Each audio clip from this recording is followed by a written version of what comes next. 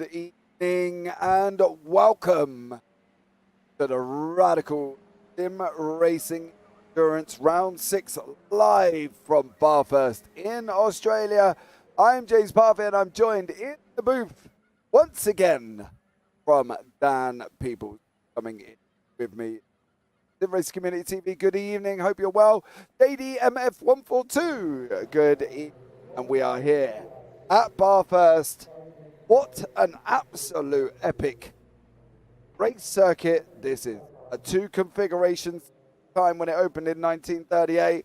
Currently the present configuration is started up in 1907 to the present day. 6.213 kilometers, 0.861 miles, 23 turns, and a track record of a 19.910 set from Christopher Mize Audi R8 LMS G3 in 2008. Well, currently hosting the Supercars, the Intercontinental Challenge, the Bathurst Motor Festival, the GT World Challenge Australia, and the Challenge Bathurst World Athletics Country Championship. Well, so we run cross country here in Bathurst in Australia. Now, don't forget, guys, as well, if you are here for the first time, please subscribe, turn on the bells. Don't forget to give the video a big old thumbs up. But I think it's now only the right time to bring in Daan Pepels. Daan, good evening to you. How are you? Good evening, everyone. Good evening, James. Yeah, I'm doing good at the moment. Excited to see those cars plow through the mountain. Of course, here at Bathurst. What a circuit, James. We both know that this is a circuit where you need some big testicles to go around. And, well, you've had your go, of course, this week around the track. You could manage a 59, I've heard you say. But if I look now in the practice session, we're already down to 55. So these drivers are already something else. Yeah, I would be sitting currently down in 20th position if I was out on track currently at the moment, which a good job I am not. So the format this evening, guys, as well. We've got 4 minutes left of practice, and then we go into a 10-minute qualifying and then a 90-minute race. Now, what does the 90-minute race consist of? Well, first off, the setups on this race are open. They are open setups. We go off standing start, no safety cars, pit stops. Now, there's no regulations, but they will have to stop for fuel. That is, without a shadow of a doubt, they're not going to make it to the end on one fuel tank.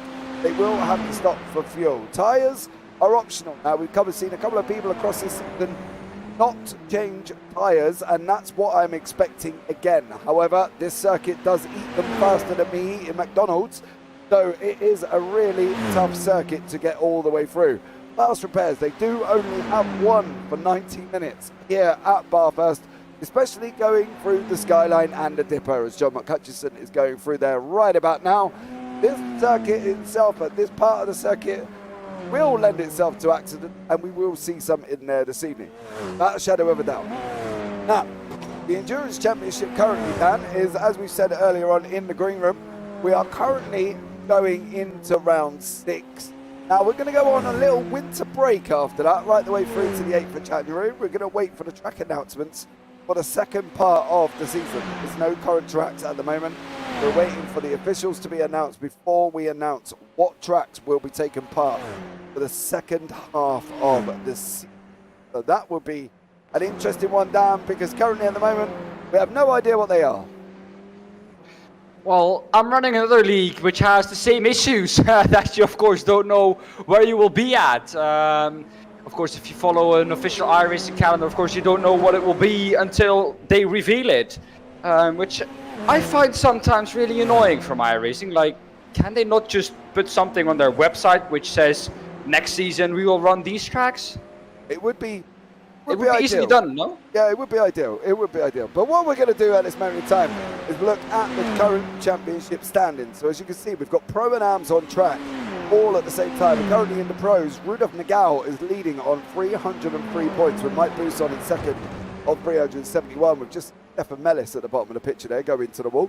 Daniel Sedgley in third on 248. Kettle Larson in fourth on 234. He's overtaken second place 215, and David Walters on 192. Down 3 is Lucas Dozer. He had a poor time out in Monza, currently on a 175. Paul Crabb below that, John McHutchison in 9th, Dennis Kira Cobblers in 10th, Spain Young Matheson in 11th, Paul Clark in 12th, Teo Sattenberg in 13th, Henning Haig 14th, Mike Heister in 15th, Rafael Blanco 16th, and Ivan Bramer down in 17th. Now in AMS, well, Paul LeMay is absolutely flying at the moment in first place on 177. Byron Crawford on 120.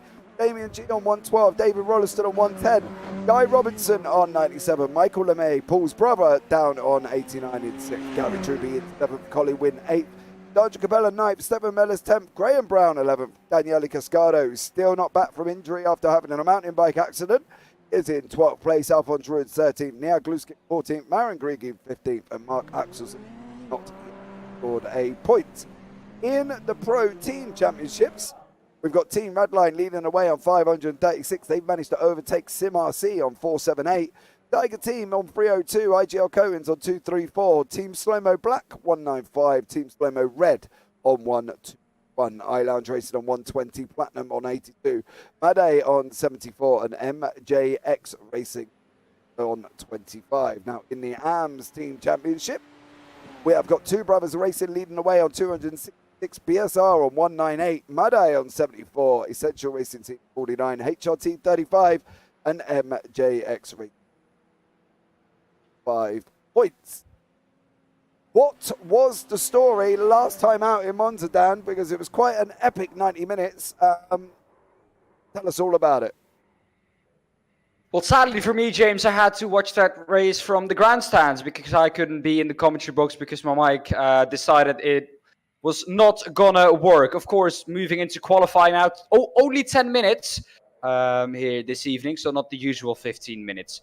Of course, in qualifying last time out in the Pro class, it was Daniel Sedgley taking the pole position ahead of John McHutchison and Rudolf Nagel in P3. Paul LeMay, though, took pole position in the AMS ahead of Dave Rolliston and Michael LeMay in P3.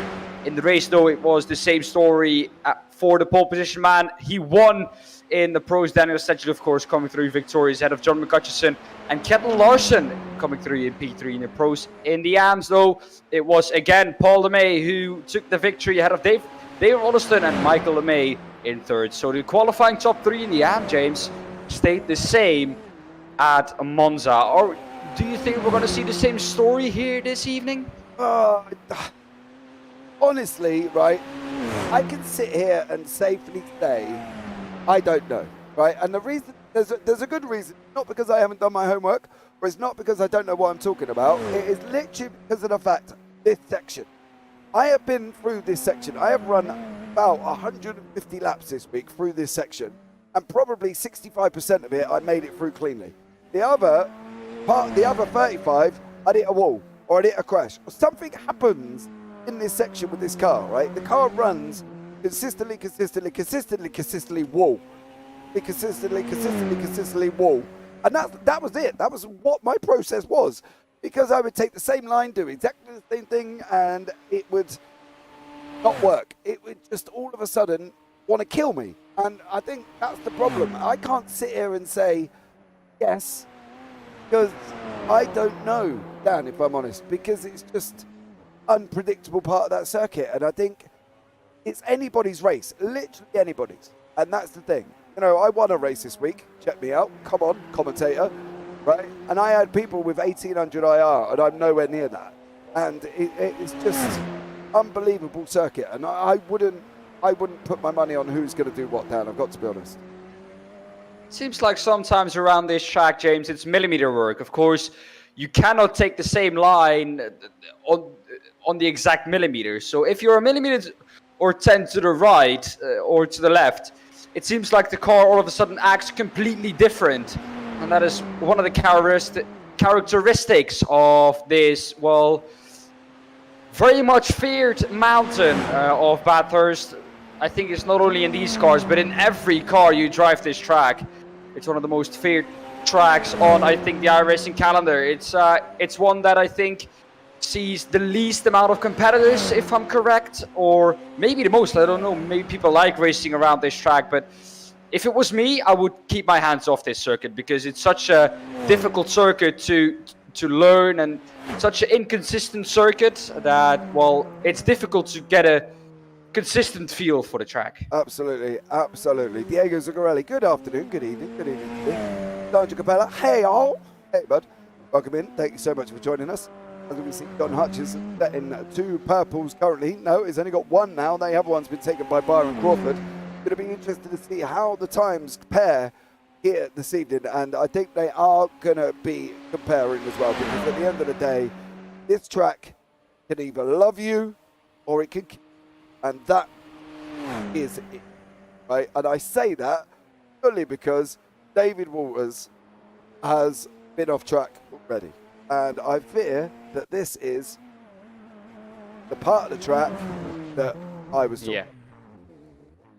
Now, well, it's such a difficult section, James. If you brake just a second too late, you're off into the wall because it's a downhill section. There's no way of stopping the car anymore. Absolutely. And that's the thing. David has been in officials all week, right? And he's run lap after lap after lap after lap after lap and can get through that part. And then that one time, the rear right could go light or the rear left could go right, light. And before you know it, you're in a wall. And that's exactly how it happens. Taya Satner going across the line currently at the moment. Rudolf Nagel just coming up through the mountain. Paul LeMay, however, is absolutely flying as he's going to be coming across the lap on across the line very, very shortly. He goes pole in the AMs. John McHutchison leading the way in the pros currently, and I'm expecting Paul LeMay to go quicker and quicker and quicker as he has done so much this season already. He's currently sitting in 6th overall, which is what the time is on the left-hand side currently at the moment. It's showing you the overall of everyone. Ivan Bramer has got yellows on the board. Guy Robinson is another man that looks like he's got some greens going along. So let's check out Guy now as well. Stefan Mellis is another one that's got greens. Yellows, obviously, guys, they're not improving. Greens is their fastest sector, and purples is the fastest overall, okay? So that's how that works at the bottom of the screen. I hope you're all filled in nicely and you understand as just Guy Robinson go across the line, currently in 15th place. Hutchison Dozer is another one as well. He's got greens across the board currently at the moment as he comes down that long Conrad straight. And in a good evening as well. I think, Dan, looking at this section alone, this straight, right? This straight is longer than my high street. My town could probably fit in that little part of the circuit here. The long old part of the track, that's where I'm expecting most of the overtakes to go. But there, or at the short mountain straight up into turn 2. I think from turn 2 right the way down to Forest Elbow, nothing. We're not going to see anything unless somebody really gets it wrong. I think you don't want to risk it, especially in a race this long. Maybe on a last lap where you say, okay, I have nothing to fight for. I'm fighting for basically a position out of the points, and I could risk something. I don't lose anything by not risking it, or I don't gain anything by not risking it. So then you could maybe try and do it. But even then, I think it's going to be too tricky to, well, try and make that pass there, because as we know, it's such a tight section of the track. It's not a lot of room, and there's at most parts only one line possible through there.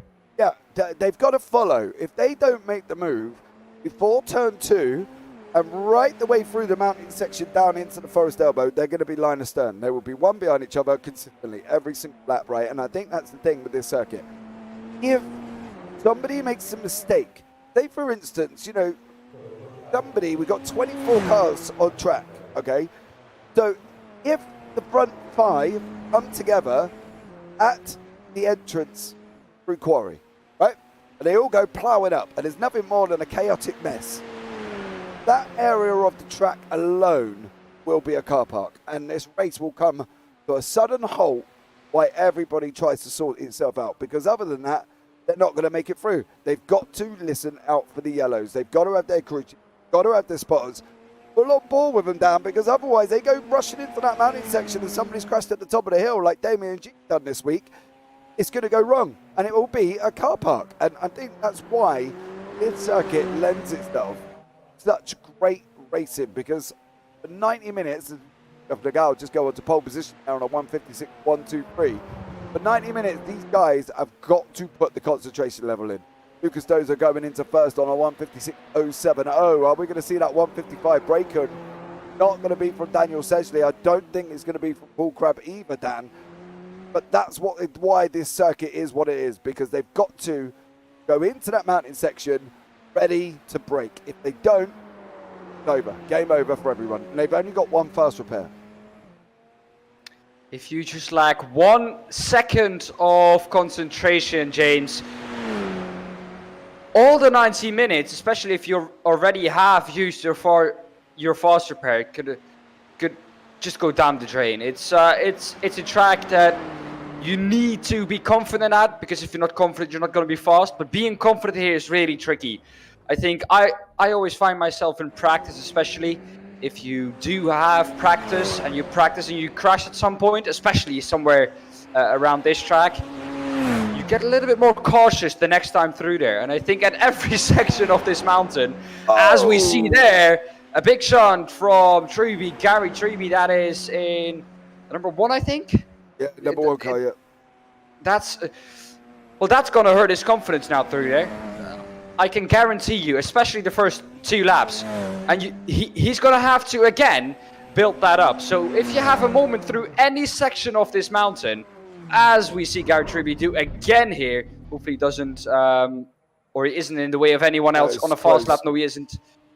But it's going to hurt your confidence, and it's going to definitely damage it for a lap or 2 at least. Absolutely. There on the top of your screen is the weather. 25 degrees, partly cloudy, 7:25 in the morning on November the 15th, 2022, which means summer over in Australia currently at this time, so fair play to them.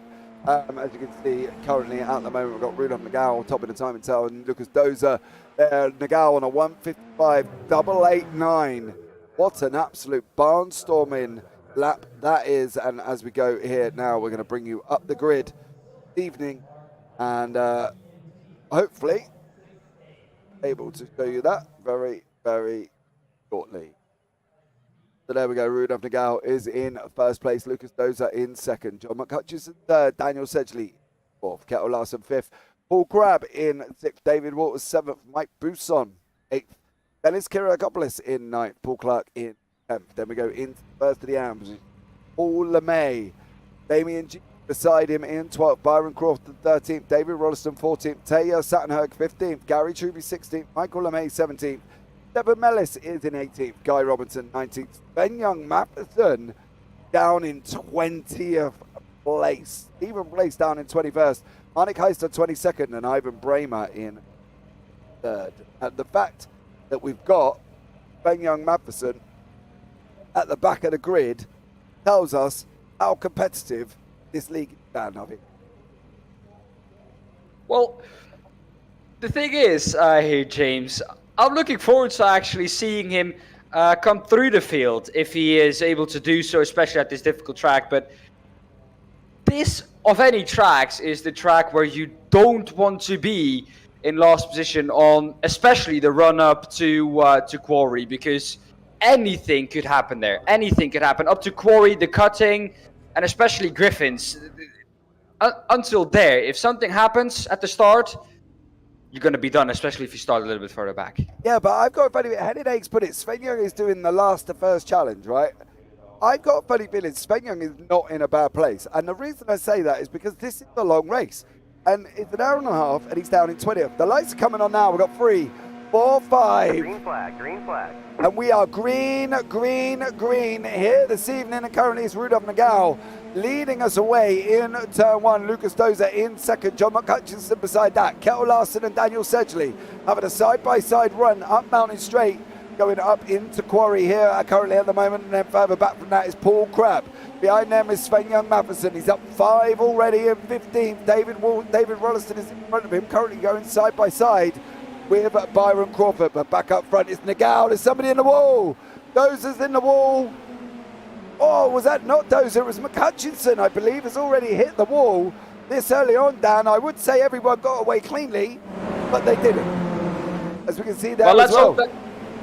Well, let's hope, James, that's not too much damage for John McHutchison. It did look like quite a soft hit, but there is some damage on the left-hand side of that radical. At the moment though, everyone seemingly looking to be clean, as apart of course from John McCutcheon. Let's hope that they get through this first couple of minutes or laps cleanly, especially through this mountain section. But look at the gap, Doles already has 1.2 seconds. Yeah, he's pulling away from Sedgley. McCutcheon and Nagel have had brushes with the wall here this evening. Everybody kind of made it through at the moment. The only one, whoa, there was a big crunch in my ear there, and everybody seems to be okay. The only person that isn't okay is Marnik Heister, and he's currently off track and is currently in the pits. I want to have a quick look why these cars are rushing down. Conrad now. Here comes Marnix, he's at the back with the Platinum Racing team. That's Stephen Place beside him. They're going up the mountain section too wide. Oh! Was there maybe some net code involved there? I believe there possibly was, Dan, because I think at the end of the day that was such a bizarre place to go running straight on. As we can see Damien G now over to having a go at Paul LeMay. Currently at the moment here as well. This is going to be action all the way through. Sven-Johan Matheson has made up another place. Up 7. So that last to first challenge that Henning Hager said about could well be taking shape. Well, he's looking good at the moment. Up 30 positions on that first lap. I don't know where you can gain 7 positions apart from just corner 1 and maybe into Quarry and then maybe down the long back straight. But well, apart from that, I can't really see an opportunity for him to try it. Here we're looking at Kjetil Larsson trying to make that move up the inside of Paul Crabb. At the moment, he does so. He does keep alongside, though, into the left-hander. Can he keep there? Of course, it is a, well, single-file section most of the time. And as we see now, Kjetil Larsson not risking it this early on in the race, James. Yeah, there's no point risking it for a biscuit currently at this moment in time. As Byron Crawford, Sven-Johan Matheson, Paul Clark here as well from iLoungeRacing.co.uk. Please go check them out. They are one of the sponsors this evening here as well. So providing sim rigs all the way through your category in the aftercare. They come and install it, show you everything the rig can do. So please go and check out iLoungeRacing.co.uk. Here with owned and run by our very own Mr. Paul Clark. As these guys all, it almost reminds me of a tiptoe procession through there, Dan. And that's not anything disrespectful to these guys, but I know how hard that is. And I know how tough that section is. And to get it right for 90 minutes, this is going to be an achievement all on its own. I think we've seen it a couple of times. We've all done, I think, or we tried to complete the 12 hours of Bathurst, of course, in GT cars. And even then, it's not easy to stay clean. I think only 2 or 3 cars get through cleanly. Look at this, though. Paul Clark has to defend. But doesn't do so successfully. Sven-Johan Matheson up another position up into the top 10 already overall. I think, no, that's P12 overall, up into 10th in the pro class, excuse me. Ivan Bremer though in the pro class, not looking too good in 20th overall, 14th in his class. But like I said, not a lot of cars will get through this race without damage. This is one of the races where surviving is one of the biggest challenges. You're really driving against yourself, or maybe, well, how do you call it this? Maybe you drive against the track even. Yeah, I think, to be honest, Dan, I don't think you're probably too far off with that. You know, this circuit is so tough, and I cannot emphasize to people who've not driven this circuit how tough it is. Not through here. However, you can go wrong at the cutting. I have done that as well myself this week, right? David Walters is chasing down Mike Bousson currently as well. David in the Tiger team for the endurance. As we know, is in Racing Team Denkamp for the World Cup that will be taking place Sunday the 4th of December. Make sure you've got it marked up in your calendar. That is the Radical Sim Racing World Cup there with the European AMs and pros from the Americas all on track. It's this part of the circuit that will kill you. And it does so relentlessly, with no feelings whatsoever. It's almost like getting dumped by an ex-girlfriend and she just runs away with the rock or something like that, because it is literally that relentless. They just go at it and she leaves you for dead. But Paul LeMay trying to chase down Sven-Johan Matheson here as well, currently second in class down. Has gained another position on Paul LeMay, so somewhere through that mountain section or to the run up to the mountain section, he has gained another position on Paul LeMay. Now the gap to Damien G ahead of him, the leader of the AM class, is a little bit bigger. but already closing that down. That gap is, well, about a second to the leader in the AM class. Meanwhile, we're looking to the front here. This is the battle between David Walters and Mike Buson. Mike Buson in 7th in car number 20. Looking to defend, I think, from David Walters, or has he just overtaken? He's trying to defend from David Walters currently at the moment as well. These guys have been close on track. Rob Williams, welcome into you, young sir, and M. Letness, #08. After first challenge is looking good for Sven Young Matheson. It currently is at the moment. Yes, it is. But Mike Buson has got David Walters closing right beside him as they're going into turn 1 now. Into turn 2, sorry, which is Quarry. And that's Walters through. Walters has been quick here, as no lie, as David Rollison just lost the position to Gary Truby.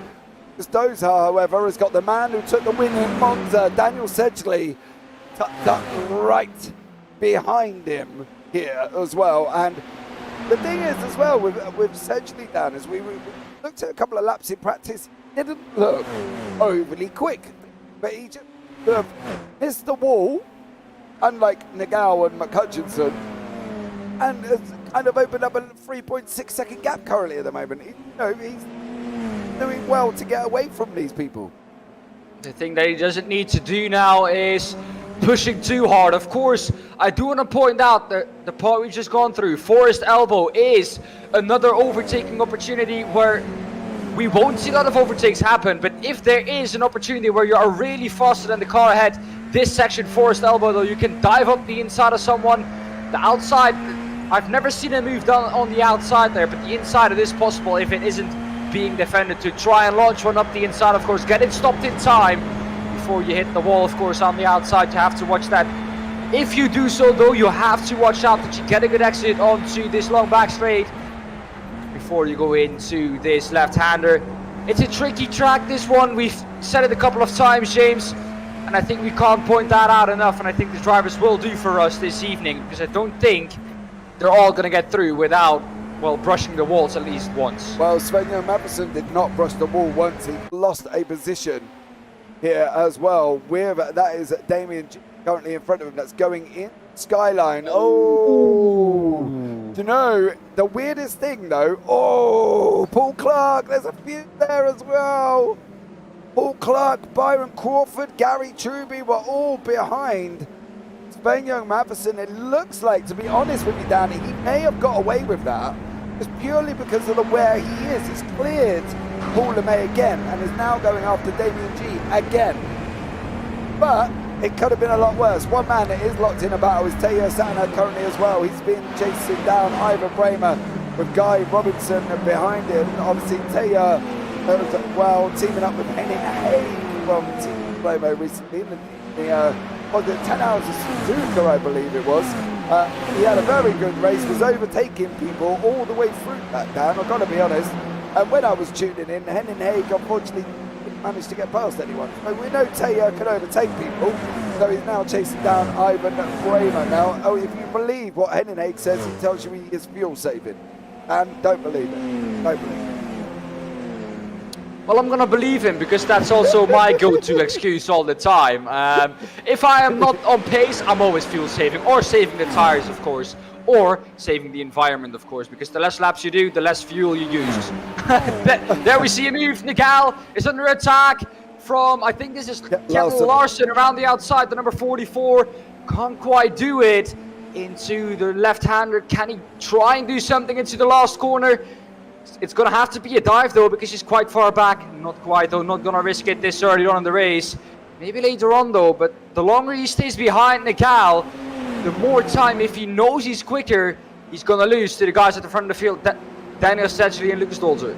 The problem is here for Kel Larsen is unless he gets this move down this mountain straight, he's got McCutcheon and Crab and Walters all closing up on him, right? Walters at the moment might be 1.6 seconds back. But look further back, there's Kiriakopoulos, there's Buson, there's G, there's Matheson. They're all coming. Matheson is trying to clear G currently in a moment. Go, ooh, that late. I'll tell you what, that could have been a bit more dangerous. As he's now looking hard on the brakes going into turn 1. Matheson is now up into 10th place, taking 10 positions already. And already 1 minute 19 on the clock at the moment. And currently we're on lap 6 here this evening. Dozat and Sedgley are still locked in. I'm going to follow them through because I just want to see how they get on running down through this mountain section. Dozat there, taking the inside curve, getting on the brakes, going down into second. Through the second part, he goes at a dipper, running out now, down in Forest Elbow. I think that's where Dozat's kind of almost saving himself down because clearly he looks visually quicker than Sedgley, but this is where Sedgley can make up some time going down this long straight. He lost about a tenth through the mountain section. I do want to point out though, fastest lap last time around for Sveinung Mathiesen, of course, a 1:57.47. That is absolutely quick, especially in race pace. To give you reference, a 1:57.65 by Lucas Dolzer, our leader of the race last time round. So he was, well, 2 tenths quicker, being behind Damien G through the mountain section. Yeah, Ivan Bramer looks like he's another man who's on the attack after the back of Stephen Place as well. Not going to make it this time round. Henning Haig has been in chat. He's told me that fuel saving is apparently a tactic. It is. So he said. If you're slow, it's a tactic. So are you saying Henning Haig's slow? No, but if you're off the pace, but that's not what you said though. You said in terms of slow, then did you not say that Henning Haig is slow and he's using fuel saving as a tactic? I'm not saying that he's slow, but I'm saying that if you're off the pace, you could use fuel saving as a tactic to hide that you're off the pace. So you're saying he's slow because he's off the pace, so therefore he's told me he was fuel saving. Yes, James. Okay then. Yes. How to twist the words and tie up your co-commentator. Lesson 1 by James Parfitt. There we go. As you can see here, Rudolph Ligao, Kettle Larson, Paul Grab as they go up through the mountain section currently at the moment here this evening. Rushing through, this is the battle for second in class. So obviously Daniel Sedgley is a bit further up, so it's actually for third with Nagao, Larson and Paul Crabb. Now they've got to get this right time after time after time for an hour and 16 minutes. I don't see that completion happening. Byron Crawford is now heading in. He's tucked up right behind Paul Clark, who got caught up in the Sveinung Mathiesen spin about now.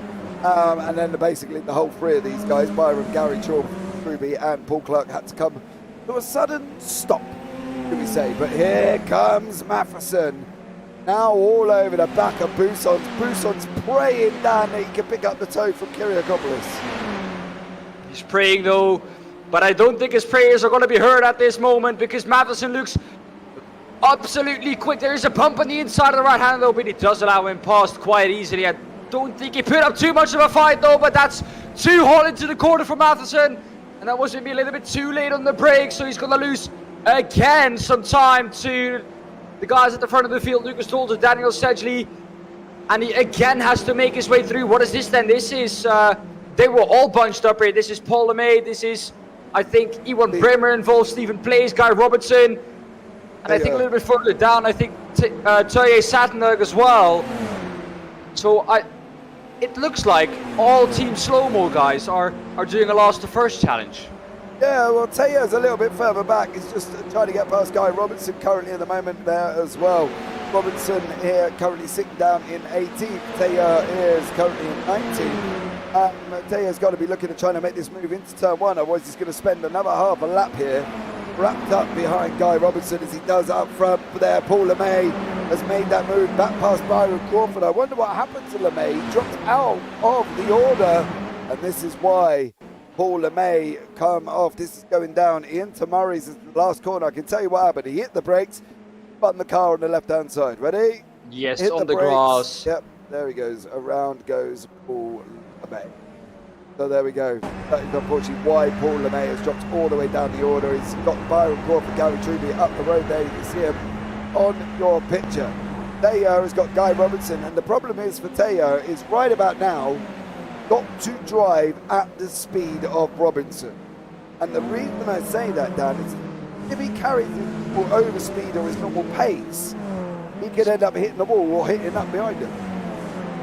Yeah, well, he could end up running into the back of Robertson, which is, of course, not what he wants. But this is the place where he's going to have to try and do it. He's going to have to try what, of course, I think at the front, Matterson tried last lap. He's going to have to send it up the inside, not too far to the inside on the right-hander though, because there is a bump. And I think we all know that on this track, he's going to pull into the slipstream again. He's going to pull out right about now to the outside though, because the inside is defended by Robertson. He's not allowing him past though, although this is not a fighting class. He's putting up a fight to a pro driver here. I'm wondering here if Teo's not carrying speed, and the only reason I say that, oh, big puff of smoke from Steve there. He manages to go around the corner successfully. But Teo should have done that. Should have run and carried that speed over Robinson. I'm just going to have a listen going up the straight and see what power he has got when he gets up into 4th and 5th. Oh yeah, look at that, enough pulling power from that Radical SR10. He's now going to try it into Quarry. I think if he's on the inside, this might be done. Yeah, Robertson lets him go before they get to Quarry. And I think that's the better decision to do so, because now I think Sattenberg is going to try and pull up to the back of Ivan Bremer. Meanwhile, looking a little bit further to the front of the field, Kyria Koppel is still with McHutchison, Buson, and Svanjung Matterson behind them. Of course, Matterson is back behind Buson. He's going to try it again this time round, maybe on the long back straight. Before they get there though, they're going to have to get through this mountain section where John McHutchison got a little bit out of shape. And if you miss one corner, James, we both know that the next one is also going to be really, really difficult. Watch. McHutchison got down the order, right, and there's a reason. And this would be one of the reasons. Has he brushed the wall? He hit the wall at the beginning, but he's not carrying the maximum speed. He's only doing 161, 67, 68. There's a car on our right-hand side. He's down speed. They're hitting 183 going down that straight, and McHutchison is losing speed faster than a Robin Reliant on only 2 wheels. I'll tell you that much, because he's dropping down the order currently and is down in 9th place, and he's got Sven Young climbing all over him. If McHutchison has got to go in the pits, and he's got to take that fast spare. When or how long he hangs it out for is a different story altogether. I think if he can maybe hang it out until the hour mark, he will be able to get to the end. This though is a move for the lead. Sedgley around the outside of Lucas Dalton. The inside preferred here because there is camber. Sedgley goes wide though. Has to slot in back behind James. He tried it, wasn't successful there. Of course, the inside has some camber, so that's why you want to be on the inside. Sedgley had to go. Sadly for him, couldn't make that move stick. Matheson again, another position gone on McHutchison. I tell you what, where he's going to end up will be a surprise. The only good thing about John McHutchison about now is the 6.6 second gap got back to Damien G, because after that it could all go wrong. Ivan Bremer's in the pits currently at the moment. That's under, oh, it's not under his own fruition. The Platinum Boys have not. Oh, that's a slow-mo team. That is Teo Satterberg. I think let's have a look on the gearbox of Ivan Bremer there, because I've got a funny feeling that wasn't under his own steam. No, it wasn't. Nope. No. As we saw Teo's feet, I'm guessing Teo was close. So Teo Satterberg there putting, unfortunately, the Ivan Bremer into the wall. Oh, touching the wall there for the red line. You want to worry about this one? You want to worry about this one? Oh, that is Sedgley. Oh! The same thing, and that's what I was talking about. He was doing it lap after lap after lap after lap. Not a problem for 10 laps on 9 laps. Lap 10, boom, comes out. Walters had something. Walters is dropping down the order as well. David Walters has had something happen to him. I don't know what. I think he just went wide on the corner at the bottom or at the end of the straight, but David Walters was dropping down the order quite quick. Sedgley's in the pits. Sedgley's in the pits. Brian Bremer's on his way out currently at the moment. And we'll have a look at what happened to David Walters. And I'm going to call it now, Dan. Going into the chase, right? He outbrakes, he goes wide and gets a slowdown. But for a minute, let's have a look at Sven-Jan Matheson. Trying to make the move up the inside of Mike Buson, who Mike gives him respectfully room but loses that position. Sven-Jan now up 13. Might lose 2. There we go. In that, he lost 2. He gave him a little bit too much respect there. Or I think just break too late before you might sit into the wall. And that is probably This race gone to bits, and that is what we told. This is a track that takes absolutely no prisoners, and that is, well, one of the things that we were expecting to happen. Sadly, though, it happened to the man who was flying around this Bathurst track, has still the fastest lap around this track. We're going to see how it happens. Finding Madison, I think, brakes just a little bit too hard on entry. Rear end steps out. There we go. Oh, Sven Young. Into the pits he goes. Paul Crabb closing up to the back of Kettle Larson. He's lifting. It's fuel saving. Could have made that move and he didn't. Poor Sven Young Matheson is in the pit where he's out now. He's turned around and said, nope, I've had enough. See, James, fuel saving is a strategy. It's not. It's a Look, tactic. you're only sticking up for Henning Haig, and that's the thing, right? Because you told me that Henning Haig was slow and off the pace, and that's why he's used the excuse of fuel saving. So, you know, there we go. BSR looking strong today, so Sandra Capella. Yes, the two BSR boys, Damien G and Gary Truby, as we see Byron Crawford making that move past Paul Clark. Clark looking to come in, running back around the outside, doesn't make it at the moment. Stephen Place is sitting there as well. Clark's on the right from High Lounge Racing. There was nearly contact with Byron Crawford. He doesn't make it through. Paul Clark now has hit the wall. His number plate is done and dented. Miguel, however, has got Larson climbing all over him at the moment.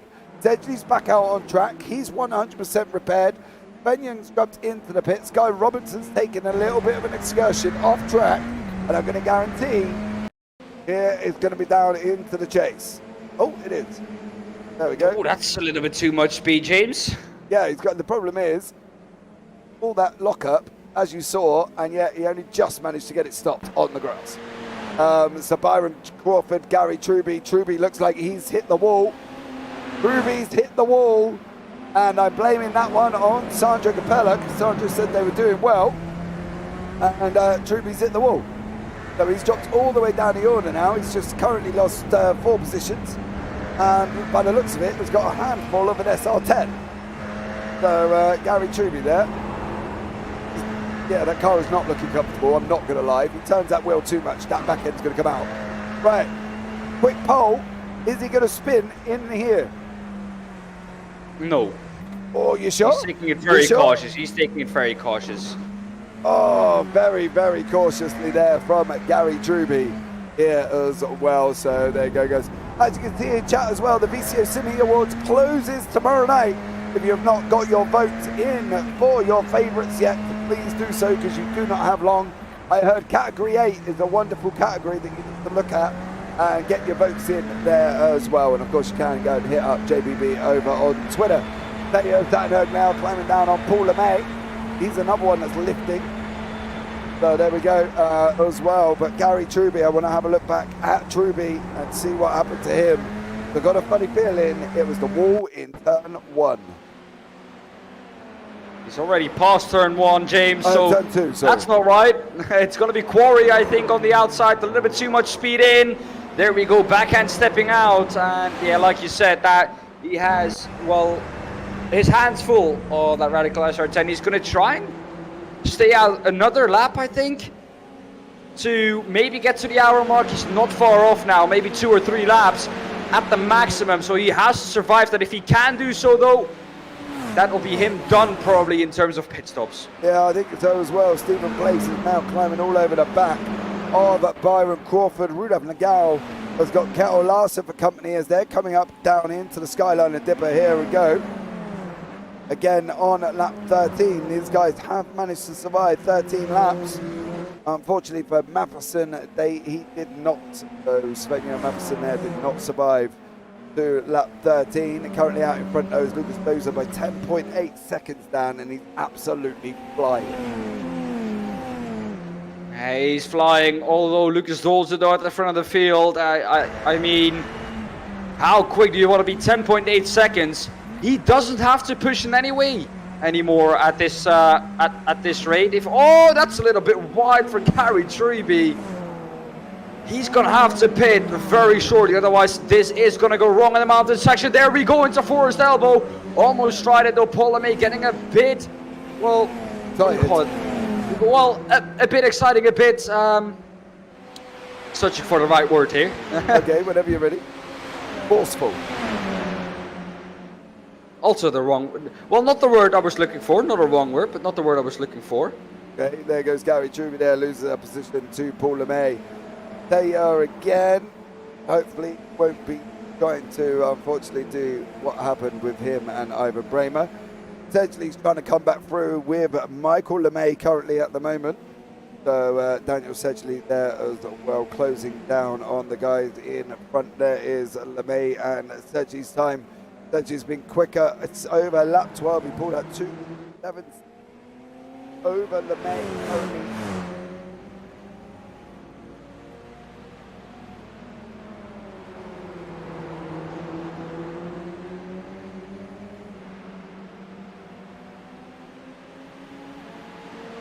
Well, James, you've gone really quiet all of a sudden.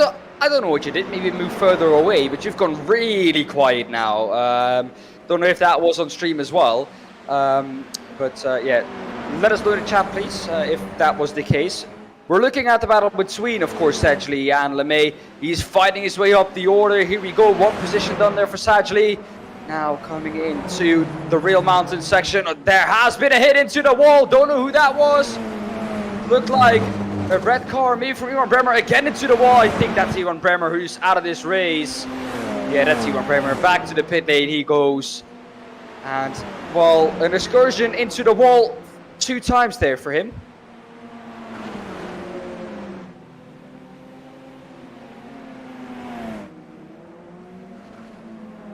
Issue.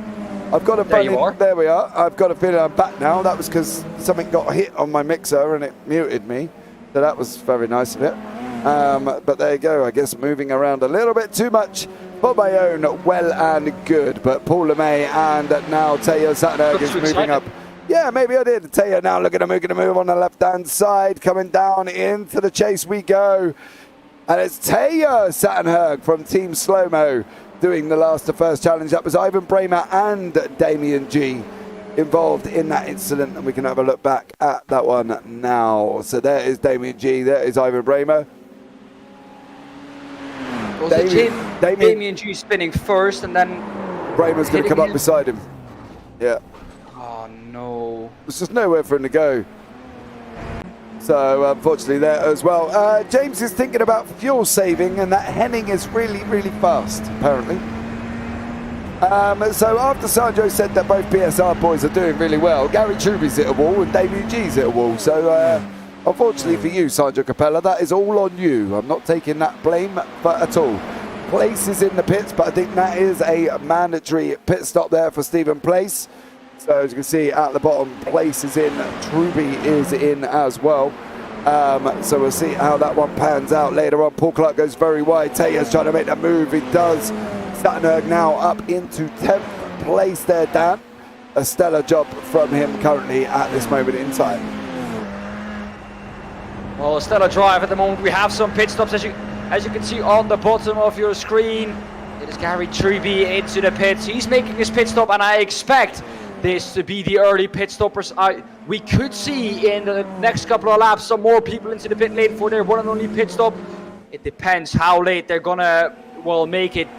You could also pit on the last half an hour and do it that way. Of course, you have less fuel to take aboard then, and you're lighter for a longer time, James. So it could maybe be a better strategy to maybe pit the last half an hour. Yeah, I got a funny feeling though, Truby has just come out currently at the moment.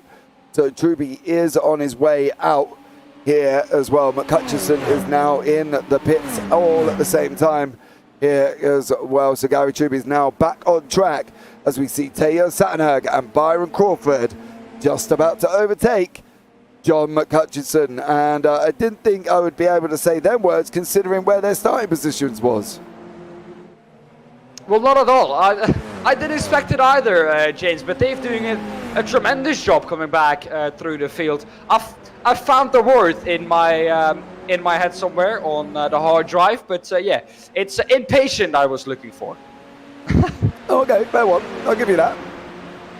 It's not a bad thing, though, because at the end of the day, these guys have got to kind of try and clear the people that they need to as soon as possible.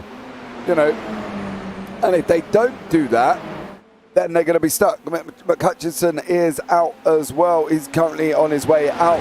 Lap 16, 59 minutes remaining. And we see Stefan Mellis in the pits. Ivan Bramer's on his way out again after his second, well, forced stop, I suppose. Would that be a way of saying that, Dan?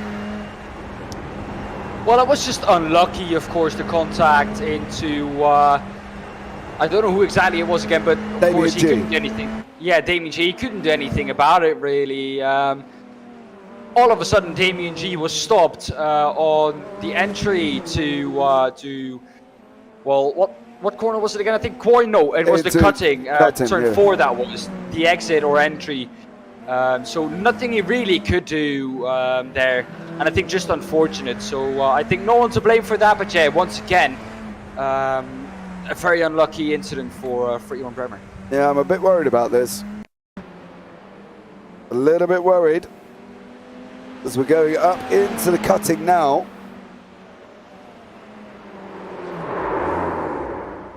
Ooh. And he hit the wall. That's a concrete wall. That's not gonna move with you. That's gonna be some damage for Daniel Sedgley. Once again, up the inside goes Paul Crabb of, well, Dennis Kiriakopoulos. Rudolf Nagel overtaking Crabb.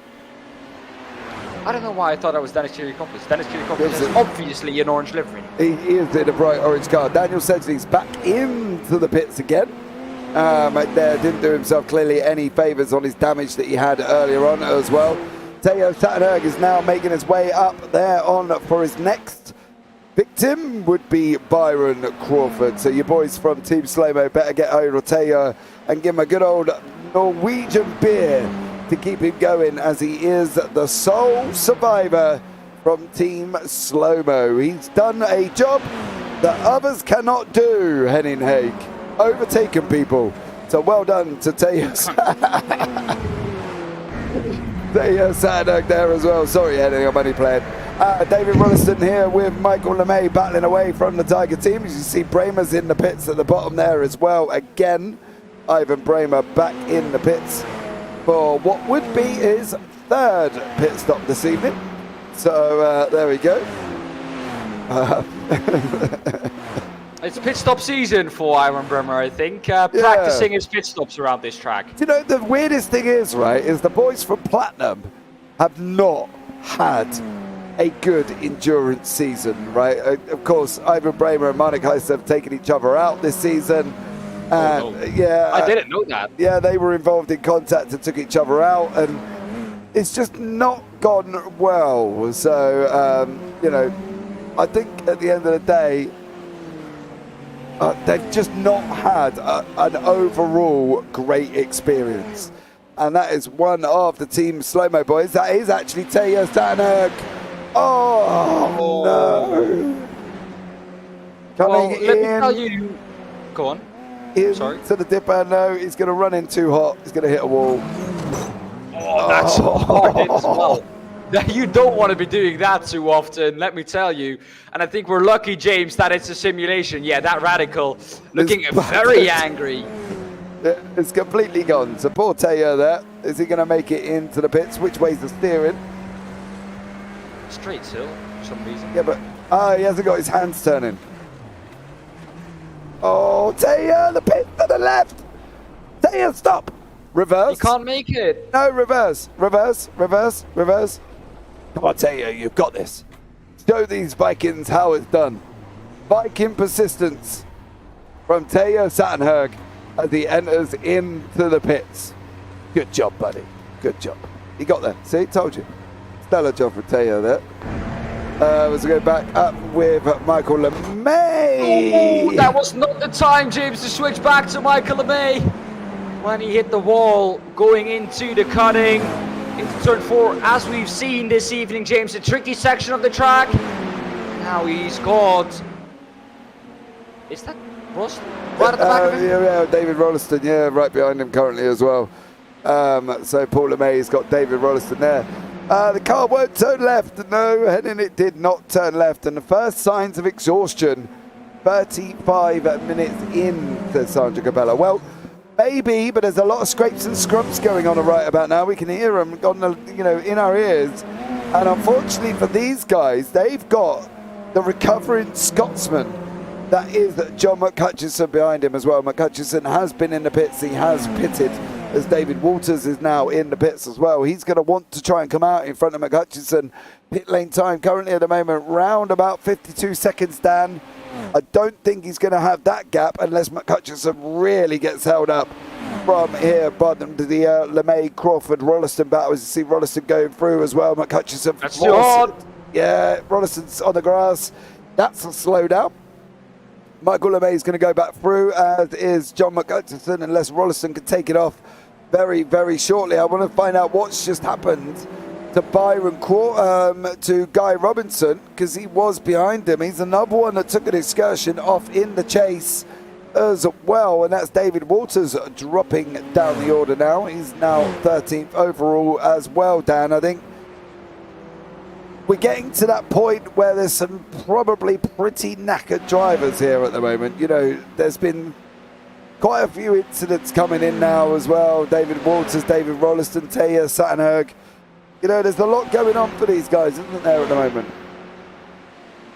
Yeah, and you wouldn't see this really at other tracks. It's just this track takes such a toll on the drivers mentally, especially that mental aspect of keeping the concentration for 1.5 hours in a row, basically. It's difficult enough to do it 1 hour at a time. And, well, it's not going to end well if you have to do it for a half an hour longer. But it's something for these drivers, it's something you train on as well, especially if you do the events from iRacing itself through the week. You train yourself and it becomes a little bit easier, so it takes a little bit less of your concentration and you have a little bit more room to think about other things. As that maybe was a wall hit for David Wollaston, that definitely sounded like one. That's the guy in P4, or the driver in P4 in the AM class. Not looking to do great here. Yeah, I think there was a little slight contact there as well, and I think unfortunately for these guys, they're now starting to get to that stage where they are making that contact. As see Michael LeMay with David Rolliston now. Rolliston's looking at glowing. He's going to be trying to push. Oh, he's not. He's hung back. Didn't go into LeMay. Don't forget LeMay, Rolliston and Robertson have not pitted. Sedgley is back out again after his second brush with the wall. So Daniel Sedgley is back out and once again moving. Michael LeMay has got David Rolliston closing all over him at the moment, but that is John McHutchison. He's been off track. Good evening, Charles Kellerman. How are you? Welcome in, my dear. Thank you so much for joining us. And this is what happened to John McHutchison at Murray's. Oh, no. Another driver, James, who's trying to come through the field, who, well, has been hampered on his way to the front. And I think he's made his pit stop now, or he's going to make his pit stop, because, of course, he does want to take his fast repair now. I think that's the thing. He took his fast repair the first time. Remember, he hit the wall, didn't he? Right at the beginning. Oh! Big! Hutchison's done. I'd be very surprised if he stays in now. Mellis, Matheson and Heister are out currently in the moment. Depended on McHutchison's time there, but that was how not to take the cutting. What do you think that's down to, James? That's just rear locking into the left-hander. Yeah, he's just carried speed in, bud, and literally he's just done the same thing. And that's where we turn around and say anything can happen. You know, the man at the front, Dozer, might be at the front, but if the likes of Sedgley, McHutchison, Matheson, Bramer can all hit the wall and lose time, Dozer could do it at any point as well. This car and this track combination is literally, they just want to kill you. Well, I think, James, that's also one of the characteristics of this track. Not only in this car, there we see a move, though, from Dave Wollaston around the outside of LeMay into the left-hander, and I think that's position done for him. Michael LeMay back down to 11th overall, and Wollaston up onto the podium of the AM class. Yep. Oh! But now he's off again. He's off the podium again. He's made that mistake as well. what is going on, James, with all these drivers making a move and then immediately after, well, putting all their progress into the bin again? I can't answer that question, right? And I can't answer it in a way that you would really want to. Partly because of the fact that I've driven this circuit in this car this week, and I know that this track, if it really wants to, will kill you. And I also know that I've done the same thing lap after lap after lap for 10 laps and survived, or 7 laps I think it was, and then on lap 8 I did the same thing and I ended up in the wall. So there's no variation to it, Dan. There's no... John, I can guarantee if I spoke to McCutcheon on the interview, I'll say to him, John, what happened? He'll go, I don't know. He locked up, he carried too much speed and he spun the car going in. Kramer's back in the pit stops again.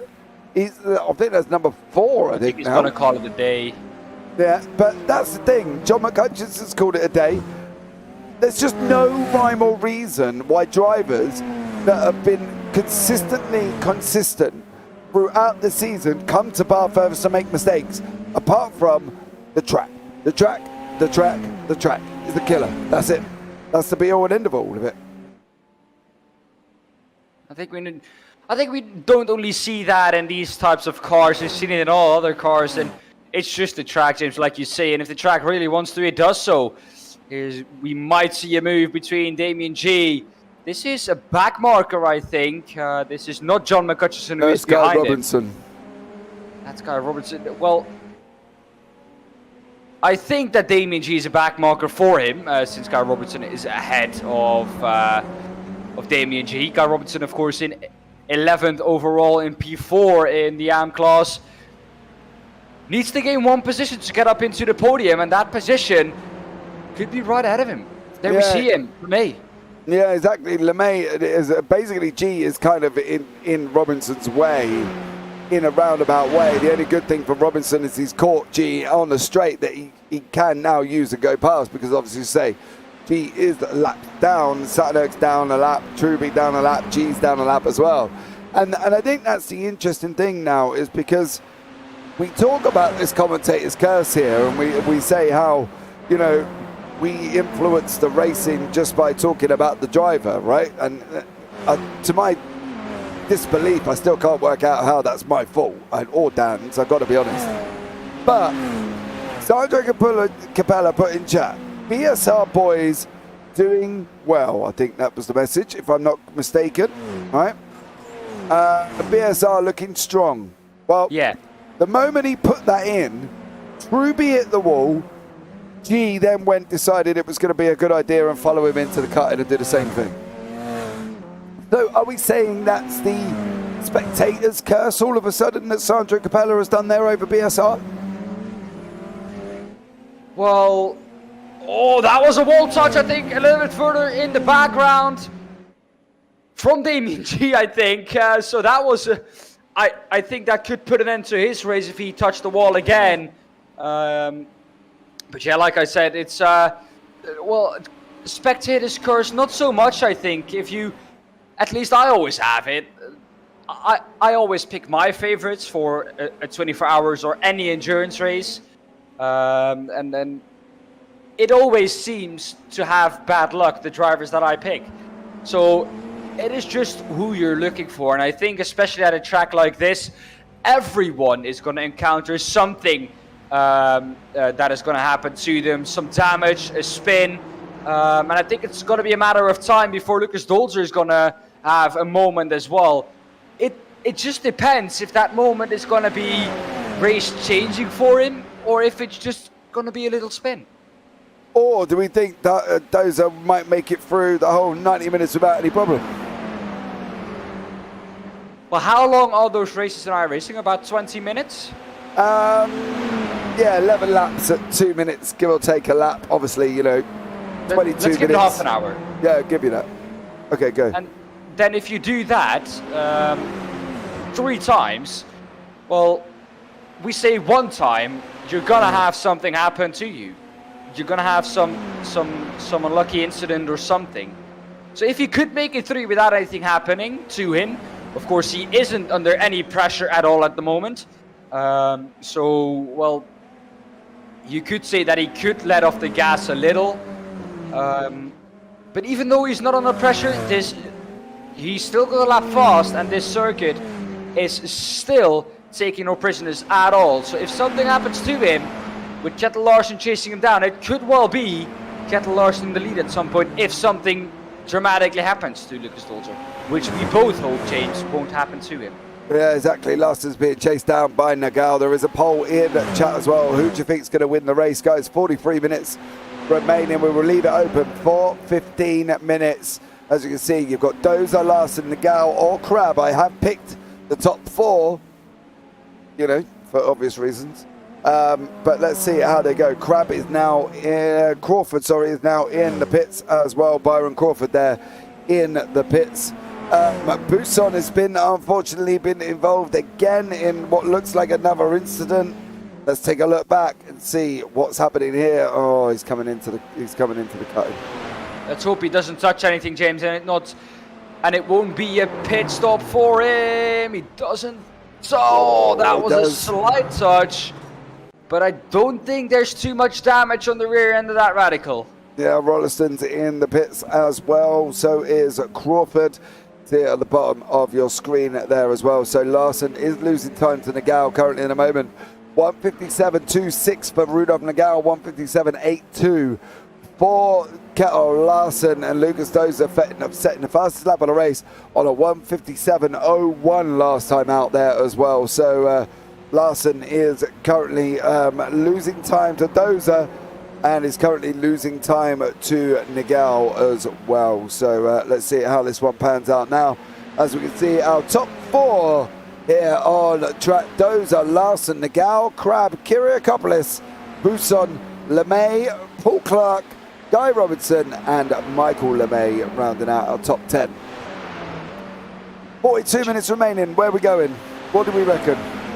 Well, just as an overview for everyone watching now, Lucas Dolzer, Kjetil Larsen, Rudolf Nagel, Paul Crab, Dennis Kiriakopoulos, Mike Buson, Paul LeMay, Paul Clark, Guy Robertson and Michael LeMay all still have to make their pit stop. So there are some drivers out of position at the moment. Daniel Sedgley actually not looking too bad, I might say so, because he is of course already made his pit stop. So he doesn't have to stop again if nothing happens to him.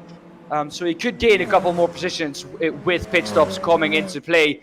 Of course, the full top 11 has, or the full top 10 has to make their pit stop. This is Guy Robertson, though, while we were talking about that off the track. And James, I think you know more about that. The chase come and bit him.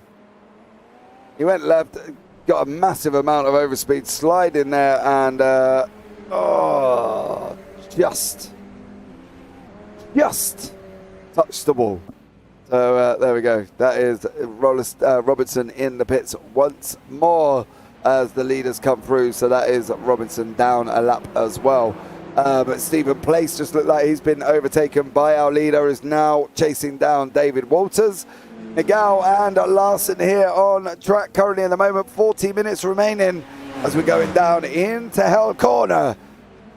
Turn 1 with Robinson, Crab, Rolliston in the pits. We've got McHutchinson, Bramer, Matheson and Mellis is currently out at the moment. So there we go. Well, what more can we say? Dan, as we can see here, Nagel just gone past Larsen into turn 1. Well, Kjetil Larsen didn't look to have the pace to catch up to Lucas Dolzer. Let's see if Nagel can do so. Maybe Kjetil Larsen can hang on to the back of him. If he can do so, though, they might, well, both catch up to Lucas Dolzer, so it might be beneficial for Kjetil Larsen to stick behind Rudolf Nagel. Although the thing he will get now is some understeer from the aero wash from that SR10 ahead of him. Not too much, though, because we know that this isn't a very heavy downforce car. But yeah, of course, still, the car will drive differently. And especially down the hill here, through the S's, it's going to be different now for Kjetil Larsen. So it's something that is going to have to get used to again. And something that's that he's going to have to adjust to. If he can do so and they can still be quick, well, it's even better for Kjell Larsen. Exactly what I said about John McHutchison's incident. Damage from the spin at the last turn. The car just flipped on me. That's the thing with the unpredictability of the SR10. There isn't a rhyme and reason for it. You know, John's an accomplished driver, right? He's not 6.5 nearly K for no reason, right? And if the car can just flip on him, it's possible to do for anyone. You know, Dozer's managed to be the only one, and Larsen probably currently at the moment. Larsen, I think, has got one off track. The Gal's hit the wall, but Hutchison hit the wall the first lap, lost speed. Then goes and damages the car again, and then the car just, well, shuns him into the wall.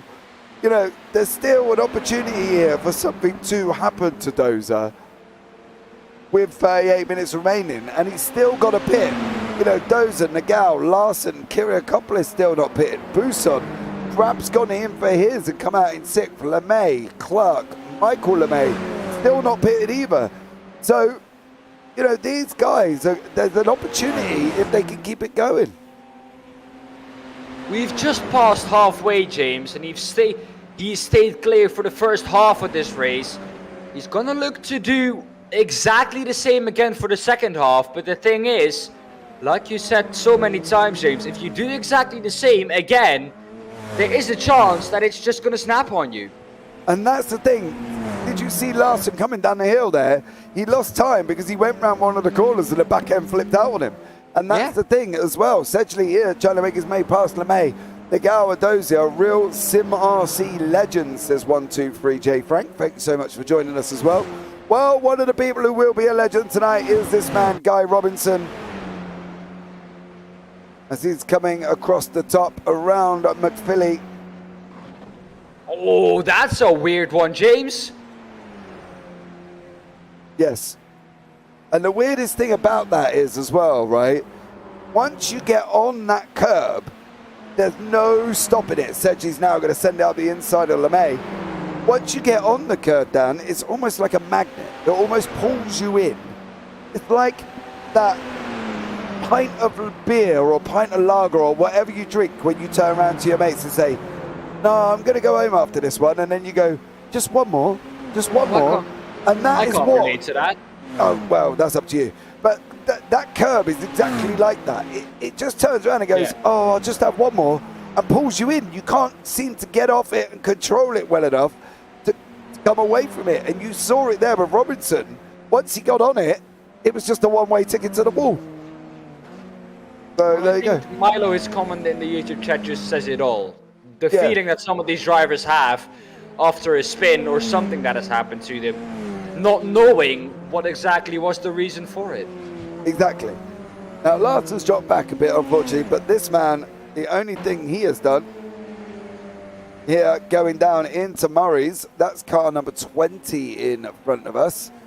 That's one of the Radline drivers. That was Mike Buson in front there with Truby. That's not the way you go around that corner. But Truby is still now going through the field. You can see on the left-hand side of your timing tower, guys, there is little pockets of gaps opening up at the moment, and these cars are very spread out on circuit. You can see them there. Closest battle is that Rudolf Nagel and Kjell Larsen, but even then their gap has opened up as well to well above 1.1 seconds at the moment. So out of the current, 16 cars, at the 23 we started with, 16 are still running and are kind of spread out all the way around the circuit, really, Dan, aren't they? I think it's what you see normally. Rudolf Nagel, though, making the trip down pit road now. This is going to be the deciding factor. Kjell Larsen going to continue for another lap. We're now getting to the point where you're going to have to be pitting. You cannot continue because your fuel tank will be empty. So the people who have pitted already maybe started with a more empty fuel tank. And that's a fuel up at the hour mark. People who didn't, though, that are the people that are now at the moment in, well, the top 8, but some of them have pitted already. As you can see, Nagal, Kiriakopoulos, I think Paul Crabb has pitted, and Daniel Sedgley. So those have pitted. The rest in the top 10 hasn't pitted yet. So Michael LeMay, Paul Clark, Paul Crabb, Buson, Larson, and Dolzer still have to make their pit stop. So for them, they of course started with a full fuel tank. They're going to look to fill up to the end at the pit stop. They're going to be making right about the half-an-hour mark.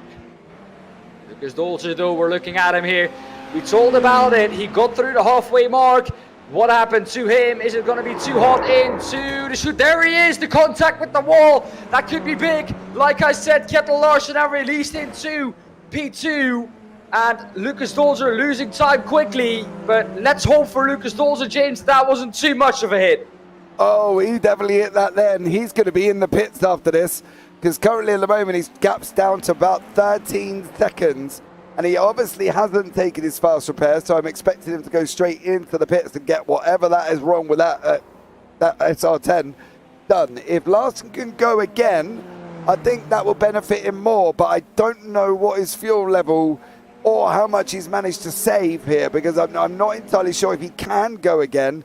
No, he can't, so he's just got to follow Dozer in at the moment where he kind of needed that fuel the most, Dan, to be able to go again, to be within that shot, because he got the gap down to 13 seconds, but of course Dozer's going to be 13 seconds stopped more sooner than him anyway, as we can see the trundling Kjetil Larsen here currently at the moment as well. So Larsen and Dozer are in. Larsen's not even stopped, and Dozer's well on his way to getting what he needs. But yeah, that was a big hit for Dozer, but it just shows he's another one. He's up in the air. Dozer's got... No. He's not up in the air. He's not up in the air. He was not up in the air. It looked like it from the angle we were looking at it, but he was not up in the air. Of course, some how do you call it? Some shade underneath the car from the position that car was in, of course.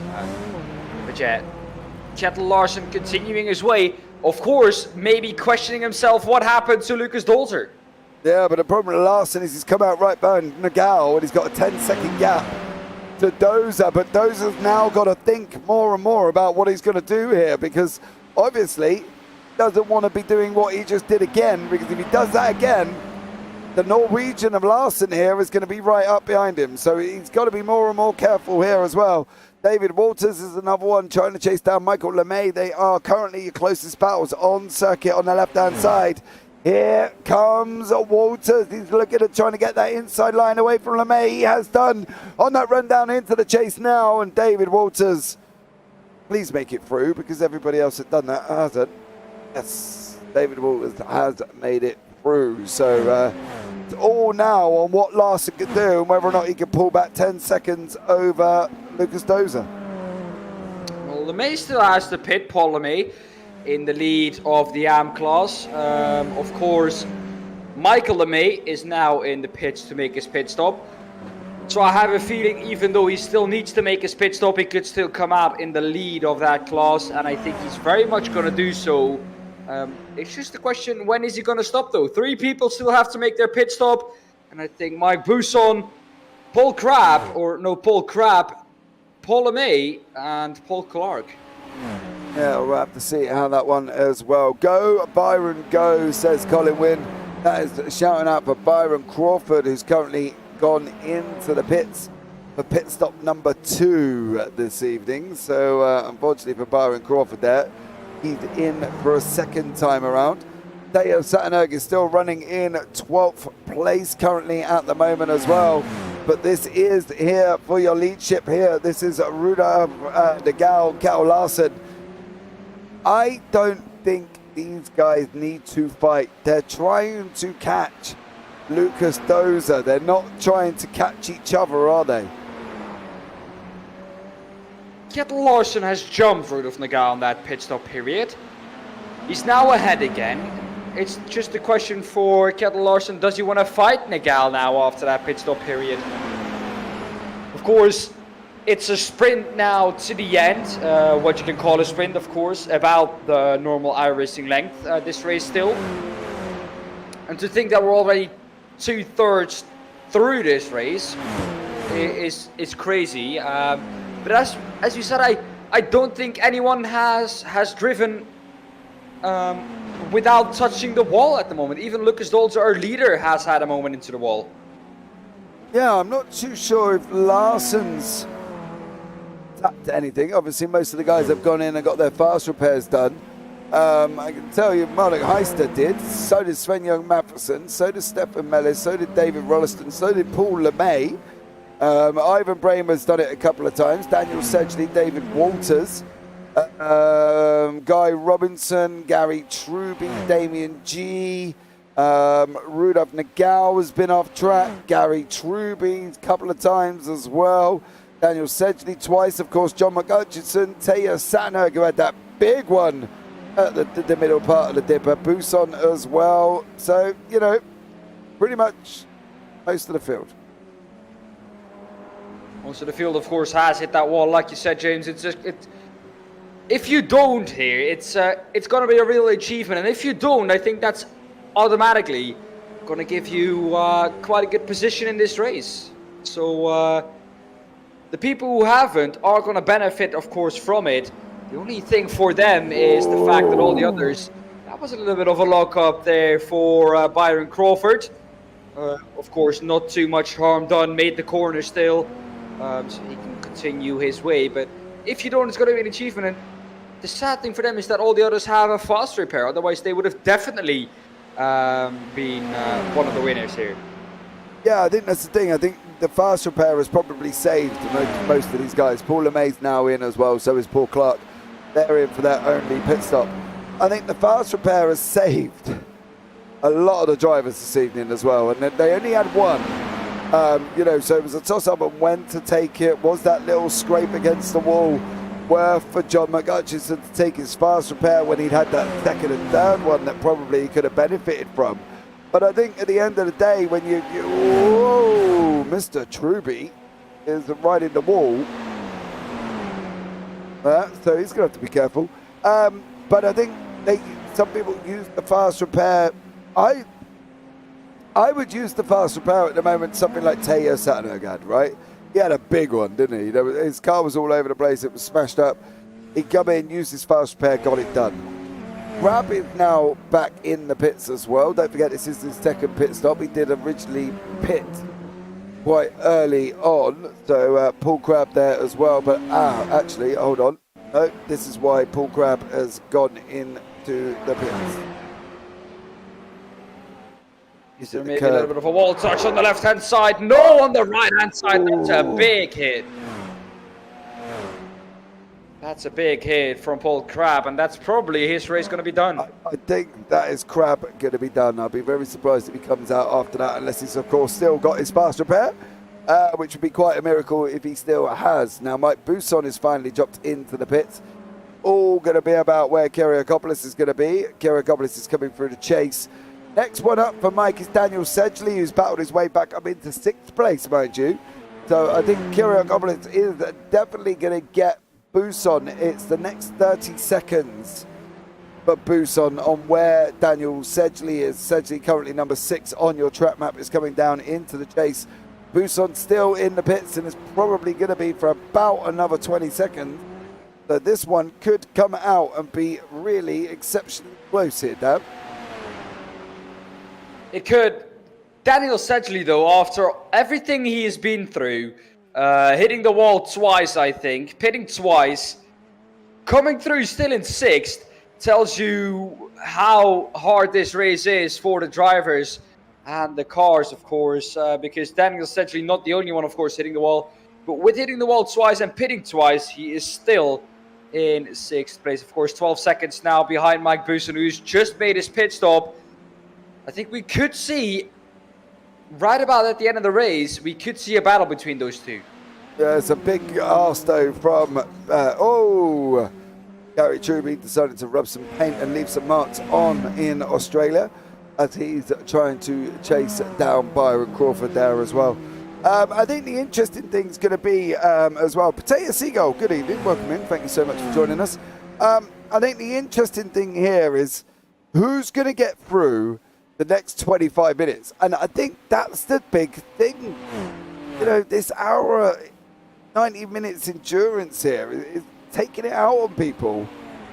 And Larson's got the gap down to 12 seconds. So whether or not he's going to be able to catch up, I don't believe he could. Technically, I think it's still going to be Dozer's victory. It depends, of course, what track you're at in terms of how exhausting it is, especially for the mind and the concentration. Because, of course, this track is relentless on it. If you have a second where you're not fully concentrated and you're maybe doing something else, maybe working out your pitch strategy, which you should have done by now, it's going to punish you. And maybe now that the drivers don't have to think about that, we're going to see a little bit less mistakes. But yeah, it's a track that punishes you really, really hard for it. And, we've seen it a couple of times here this evening, James. Maybe drivers getting exhausted, like you said.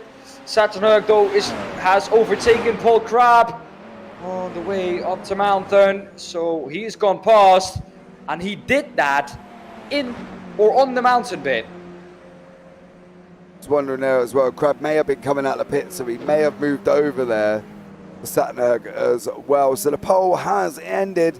Lucas Dozer taking 50% of the votes. Kettle Larson on 22. Nagao on 16. Crabb on 11 as well. Potato Seagull, how you doing? I'm all good, thank you so much, very much. And Dan, as you can see, he's great. So there we go. So you can see cars further up the line. Yeah. You're great. That's what you said. No, I'm Daan. What? Never mind. You did this earlier on to me, and now I got you back. Rude. Right. So, let's have a look at the current class grouping here as well. As you can see, currently, Lucas Dozer is leading the pros with Kettle Larson in second, Rudolph Nagel third. Then it's Kyrgiopoulos in fourth, Mike Bousson fifth, Daniel Sedgley, great recovery back to sixth, David Waters seventh, Paul Clark eighth, Stephen Place ninth, and Taylor Sattenberg is in 10th. Paul LeMay leads the AMS in first, Byron Crawford second, Gary Truby third, Michael LeMay fourth, Damien G is currently in fifth, Guy Robinson in sixth, David Rolliston, who's seen a couple of the excess areas of Bathurst, in seventh, and Stefan Mellis is in eighth place there. So there we go. That is currently your top, 10 in the pros and 8 in the AMS, because that's all we've got left on track. Mellis there as well, still going, I believe. Yes, he is. John McCutcheon, Ivan Bramer, Sven-Jan Matheson, and Marnik Heister is out. Paul Crabb is on his way out of the pits. He's currently coming out. That is Bousson, who is a lap ahead of him. So that will be Mike Bousson in fifth there. And considering Mike qualified eighth, I think that is going to be the interesting thing here as well, is the gainers here, Dan, out of this whole overall. I think the biggest gainer is Stephen Place, up 12 places. He started, of course, quite far down. If I look at this, he started P22, or P21, excuse me. And of course, he has gained some position from drivers who are out of this race. He's gained position from drivers who've hit the wall in this race. And I think he's the only one, James, who we haven't seen touching the wall yet. Although, saying that, looking at the right-hand side of that car, that does look a little bit brushed, though. So maybe he might have touched the wall at the top of the hill, maybe going through the Frog and Solomon, but apart from that, I don't think there's too much damage on that car. Yeah, I'm just looking back through. I can't actually see anything from Place that may have caused the drama. However,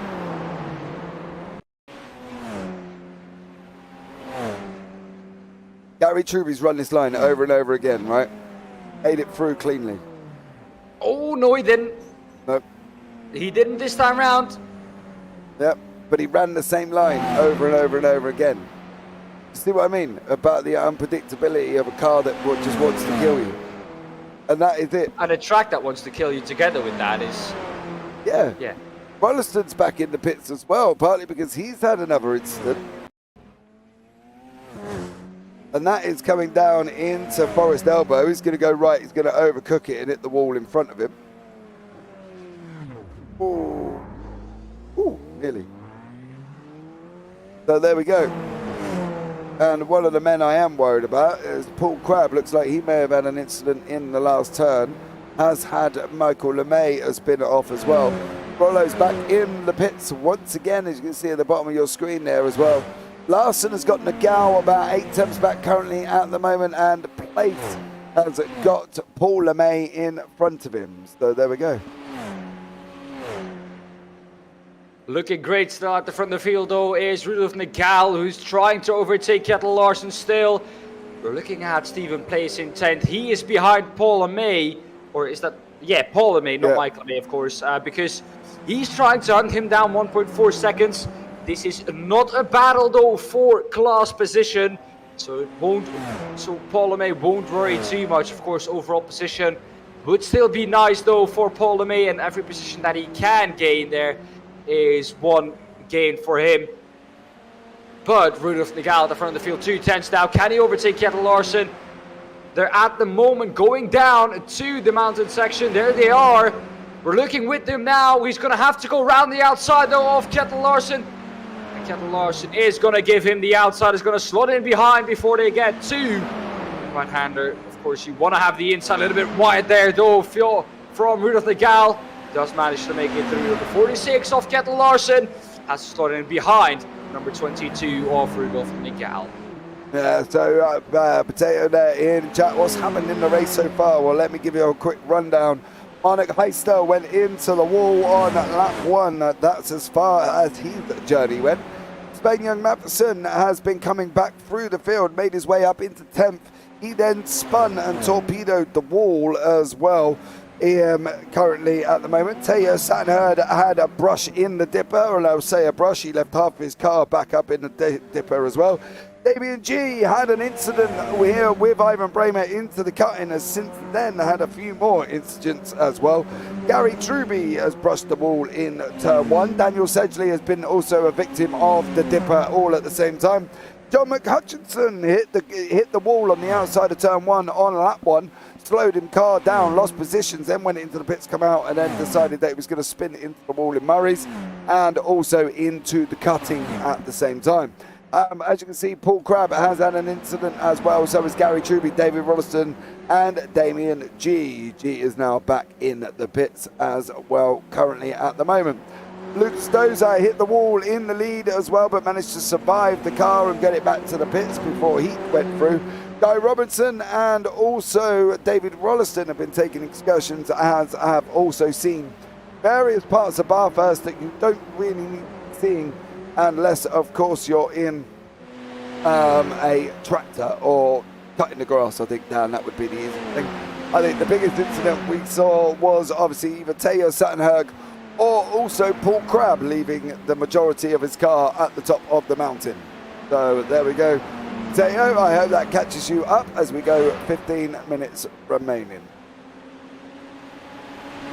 Kettle Larson is the one we're looking at still. This is the closest battle we have for you on track.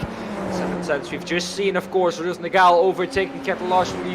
We saw this at the end of the last stint as well for Kettle Larson. It seems like at the end of the stint, Rudolf Nagel is quicker than Kettle Larson. So we saw at the beginning that, of course, Kettle Larson was a little bit faster than Rudolf Nagel. He was pulling away a little bit, but slowly but surely, Rudolf Nagel made his way back to Kettle Larson and now is overtaking him, as that was a little bit of a snap there. Kettle Larson having to, well, drive this car on an absolute knife edge. That's a little bit of a lock up though for Rudolf Nagel. That's going to give him, not the best exit out of the Forest Elbow and out down this long back straight. Of course, Conrad Straight. It's going to be a run for Kettle Larson. Can he make the move though into the chase, you think? No, I think Nagel's going to hold it. If Larson's going to be making that move, he's going to be doing it from Hell Corner on that run up into Quarry. I think that's where the move is going to take place. Very eventful then. Yes, it has been eventful. And the car, the wall, the dipper, has all wanted to go out and kill these drivers. I think if this wasn't a simulator, I think we would have had a few red flags and a few, James, where do I send lilies to? Let's just put it that way, because there has been some very eventful accident there, hasn't it?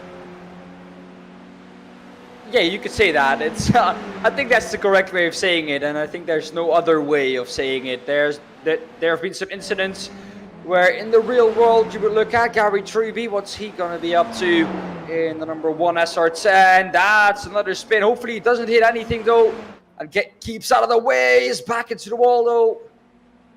The backhand into the wall. That's not going to be too good for the BSR. Radical. Although he looks like he can continue his way, but it's just those incidents, we've seen a lot of them. We've also seen incidents where in the real world you would definitely see a red flag pulled out for that, because some hard shunts into the wall. Oh yeah, Paul Crabb left most of his car at the top of the hill. You know what I mean? And that's the thing. Teo Saturnerg left most of it about now in this part of the dipper. And I think there are incidents where we can sit back and almost say, you know, thank God it is kind of simulator, really, because yeah, would some of these have really front first accidents are usually fatal in these kind of cars. But there's nothing of them, you know, absolutely nothing of them. And look at the state of that. Yeah, he is, and watch the pun. He's going to be crabbing around now these last couple of laps. Oh, yeah, that was a bad one. I'm sorry about it. Here we have the incident that happened to Paul Crabb. Of course, the car looking nice and clean now, but a little bit too deep maybe into turn 1. A little bit too hot into turn 1, though. And his rear end into the wall. And then, well, where does the front end damage come from? Is the front end look damaged as well? Not sure on that one. Maybe he survived and it's just now... It's fairly straight, doesn't he? Yeah, he does look straight, but he does look to be down on power a little, maybe. Don't know why that is. Yeah, look at the front. There we go, Paul Crabb. And that is a lot more front end damage than we would see. He's going to have to skate back to pit lane or get away from there, because that is a blind crest. And that is absolutely on the racing line. Cars are coming. Dolzer is coming. He wants to get out of there. He's going to spin again, though. Cars are coming through. What is he going to do? He's going to have to stay there, though. He can't reverse back onto the racing line. You got Rudolf Nagel, you got Kel Larson, May. It's going to be a long wait. Oh, he's quit. He's gone back to the pits. There we go. Yeah. Probably James, a smart decision there, because he was on the racing line, especially after that first spin. Yeah. And you don't want to be there, especially over the blind crest. No one can see you. And it's a very fast corner. Yeah, absolutely. Gear 25. Paul Crabb is out. Yes, we believe that will be miraculously the end of Paul Crabb's race, being that he's just torpedoed a wall at the top of the mountain. But what I believe to be the second time this evening, Daan. Well, it's not the first time he did it, but yeah, well, you and I both know how tricky this mountain section is. And we've all seen it happening at the mountain section here. We've seen drivers go off straight, of course, into the chase. But after that, or apart from that corner, and of course Murray's corner, not too many corners catching the drivers out. So the track section, not too bad. The mountain section, though, that's where it all went down this evening. Absolutely, as well. Literally every car. It has been in that mountain section, hasn't it? As you go in, as incidents in turn 2, John McHutchins has been the only one really that's kind of caught up in Murray's. I think David Rolliston had a spin there as well, and a couple of other drivers as well have also had a spin in the Murray's, but it has been mainly the dipper, the cut-in, Forest Elbow, and that going through that section there as well. So he said it was out to kill you, and the gap is now down to 9 seconds up front.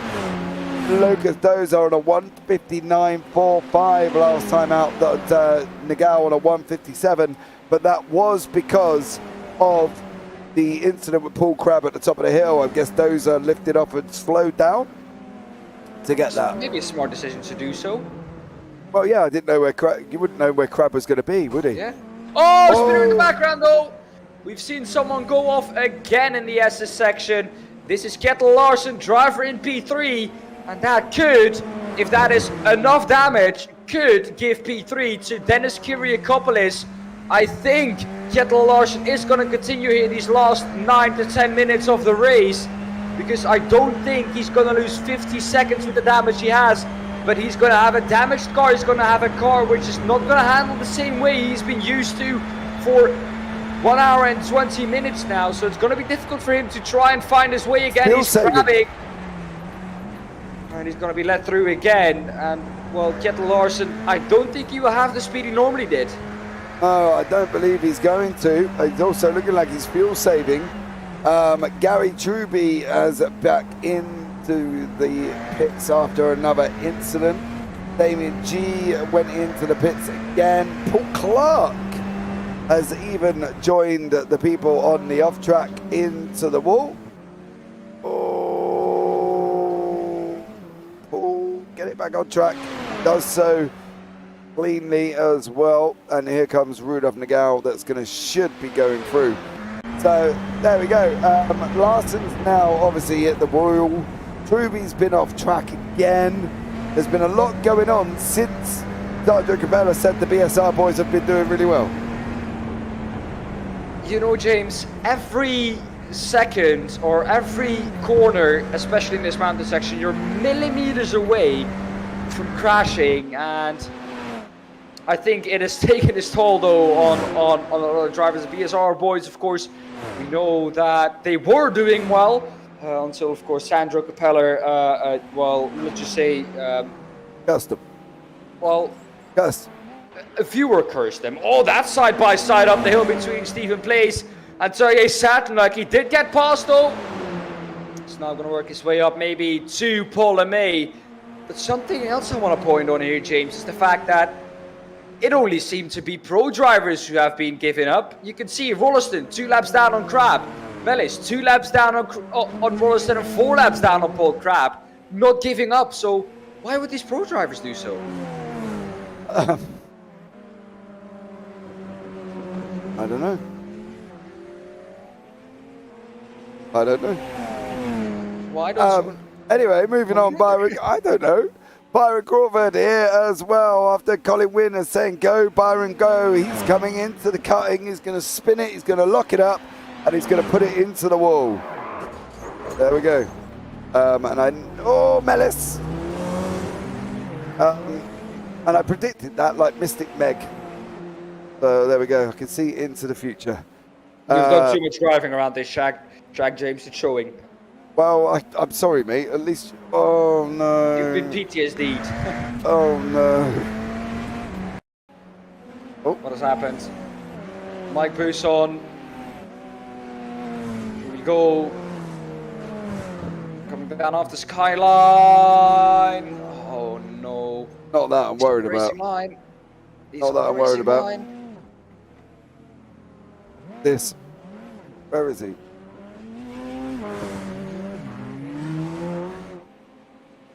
I want to see what happened here. They did it not far apart from each other, so I'm hoping that this hasn't been too much of a drastic move for Kyriakopoulos. But there, he did do it there. Let's have a look and see if I can get it to play from where... Oh, he did it earlier on.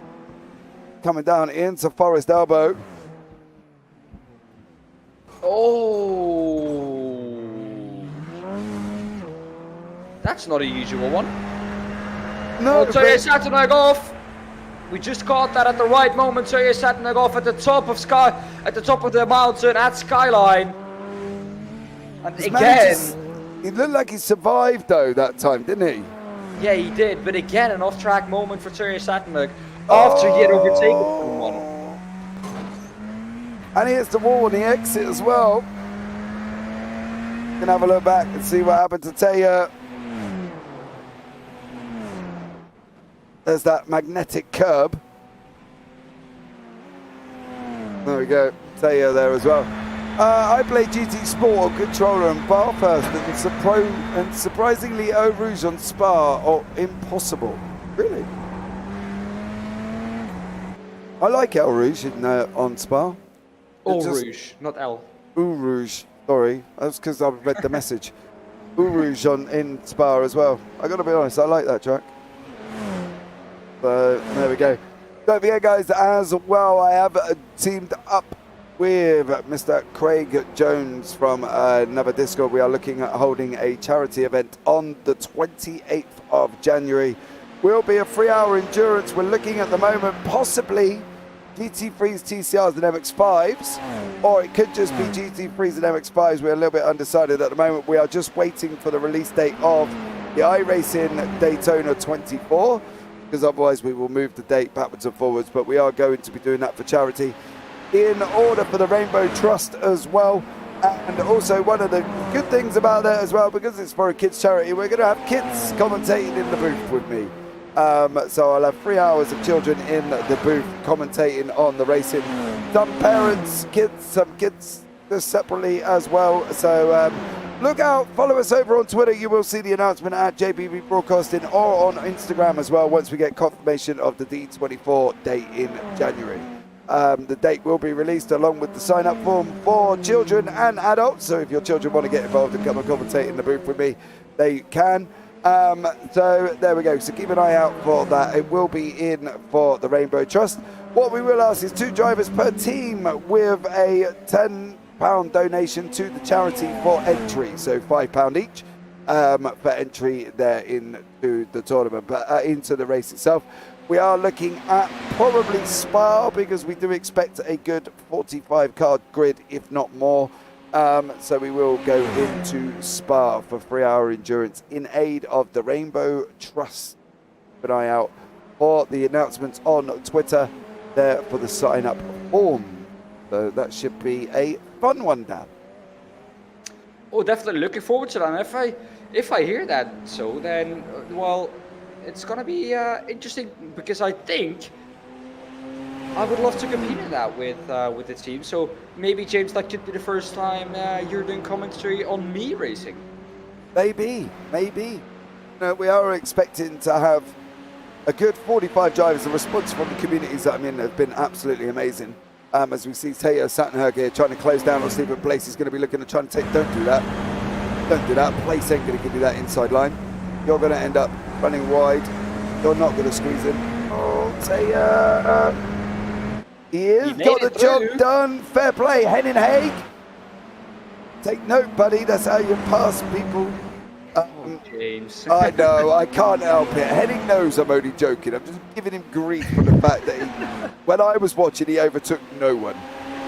So look, Henning knows I love him really, and I'm only playing with a slow-mo, guys. But the response has been absolutely amazing, so you definitely need to be keeping an eye out. We are going into the last lap here with our leader, Lucas Dozer from Simracing. So Lucas there coming round for the final time this evening, currently leading by 10 seconds. Let's hope he can make it through the final lap. I'm sure he can.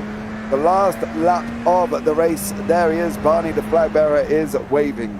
So keep an eye out for the sign-ups, guys, as well. And obviously, if your children want to get involved and commentate, let me know, because that will be absolutely amazing. So yeah, we have got lots of things going on currently as well. And don't forget as well, last chance for the VCO Simmies. They do close on the 28th. So tomorrow at 11:59 p.m. SimRC, win. Push. You can do it. Well, you don't want him to push on the last lap here. So let's not hope that he does. But I'll tell you what we do. A gap that's not needed. Yeah, exactly. And as we haven't seen much of Lucas Dozer, let's jump on board for the final lap of the race. Stay safe, says 1, 2, 3. 1, 2, 3 changes his mind. He goes push, and then he goes stay safe. So here is Lucas Dozer for the final time, going through McPhillamy Park, dropping in. He's just got to make it through this section. Into the dipper he goes now, dropping down, right-hander. Then he's going to go left, coming down into Forest Elbow. This could be also the one where he's going to kill him. And he goes down onto Conrad Straight and makes it there all the way through. So Lucas Dozer here is going to be your winner. So there we go. Let's go, says Florian. 1-2. Yeah, Rudolf Nagel looks like he's pretty safe from Larson currently at the moment. I don't actually believe he is. Yeah, he is. He's safe. He's 1-2 for SimRC. So Lucas here coming across through the chain. Don't talk too early there, James. This is coming down now into Murray's. Dozer there, goes across the line. He takes the victory here this evening. First place for Lucas Dozer in his 90 minutes endurance here. Rudolf Nagel from SimRC is going to come across the line in second. Rudolf Nagel 1-2 for the SimRC boys. Followed up by the third place man of Kettle Larson there. Larson from IGL Coatings comes across the line in third. So that is your 1, 2, 3. Dozer, Nagel, Larson, and then this man, Dennis Kyriakopoulos, who's coming through the mountain section. So there was a big old gap from third to fourth in the end. There was, James. 1 minute and 1 second at the moment to Dennis Kyriakopoulos, and I think the top three were the ones who really kept it close. I love that as well, because Florian Capel put in chat, black and yellow, black and yellow, black and yellow. Do you know that song? Yeah. I don't know the words. I just know the black and yellow bit. So there we go. I don't know the rest of it. Clark has finished. LeMay finished. Sanok's finished. Place finished. Truby's finished. G's finished. And Rolliston there, as we see Kyriakopoulos under pressure from Daniel Sedgley, who is a man on a mission coming up into fifth place currently. So well done to Daniel Sedgley. Is he going to get? He's not going to get Kyriakopoulos at the line. So Sedgley comes across the line in fifth. Buson is in sixth place, literally closely followed by David Wars as they're coming across the line. Oh, Buson hangs on to it at the line there as well, and that is everyone finished. Well, that couldn't have been any closer, could it, from David Waters and Mike Buson at the end there? I can just imagine them two right now, right, sticking their thumbs up at each other out the side of the radical. You know what I mean? They're like, thumbs up. Good race. Right. Dan, take us through the results, buddy.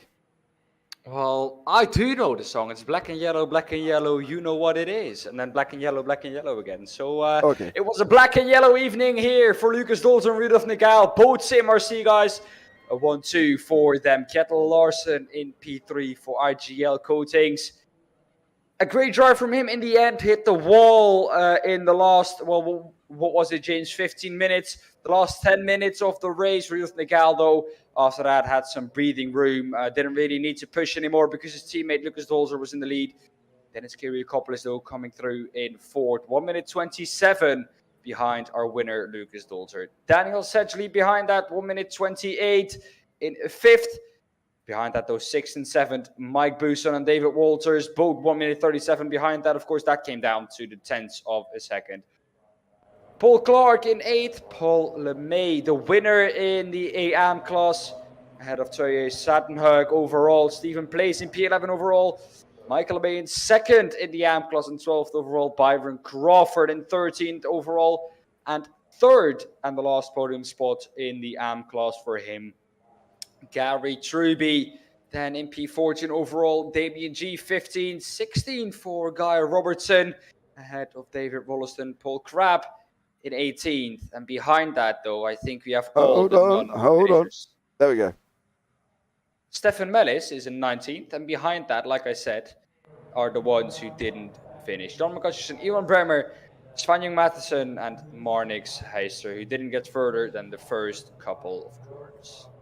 Yes, he did technically. Made it around Quarry, up through the cut-in, through Griffin's Mount, and then stacked it at Reed Park. So technically, made 1, 2, 4. Called. The first couple of corners. Oh no, a couple's 2. Anything more than 2 is over a couple. It becomes a 3. You know. So well, there we go. Right, okay.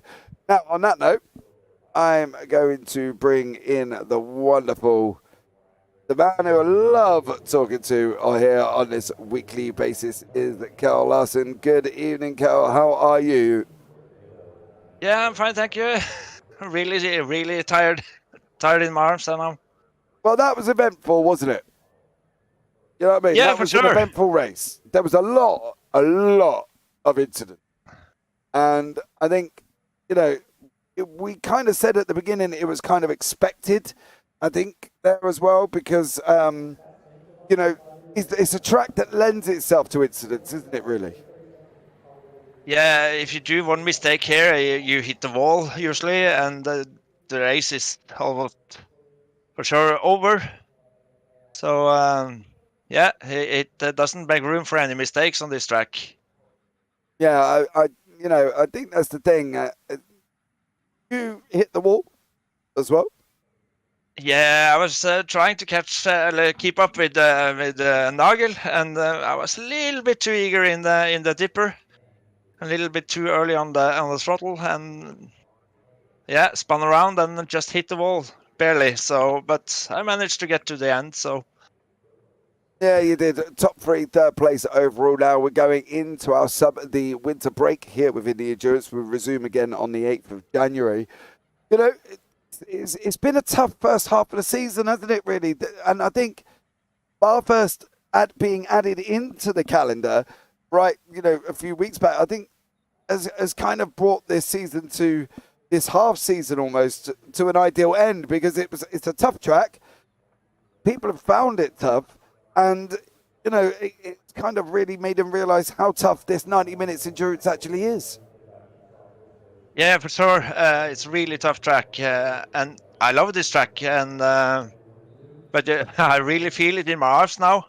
So this is a good end for the first half of the season. So I'm looking forward to the next. Yeah, I think it should be absolutely amazing there as well. Kettle, thank you so much for joining me. Is there anyone you want to give a shout out to in the booth this evening? Yeah, for sure. My team, as usual, RGL Coatings and Sandnes Trafikkskole.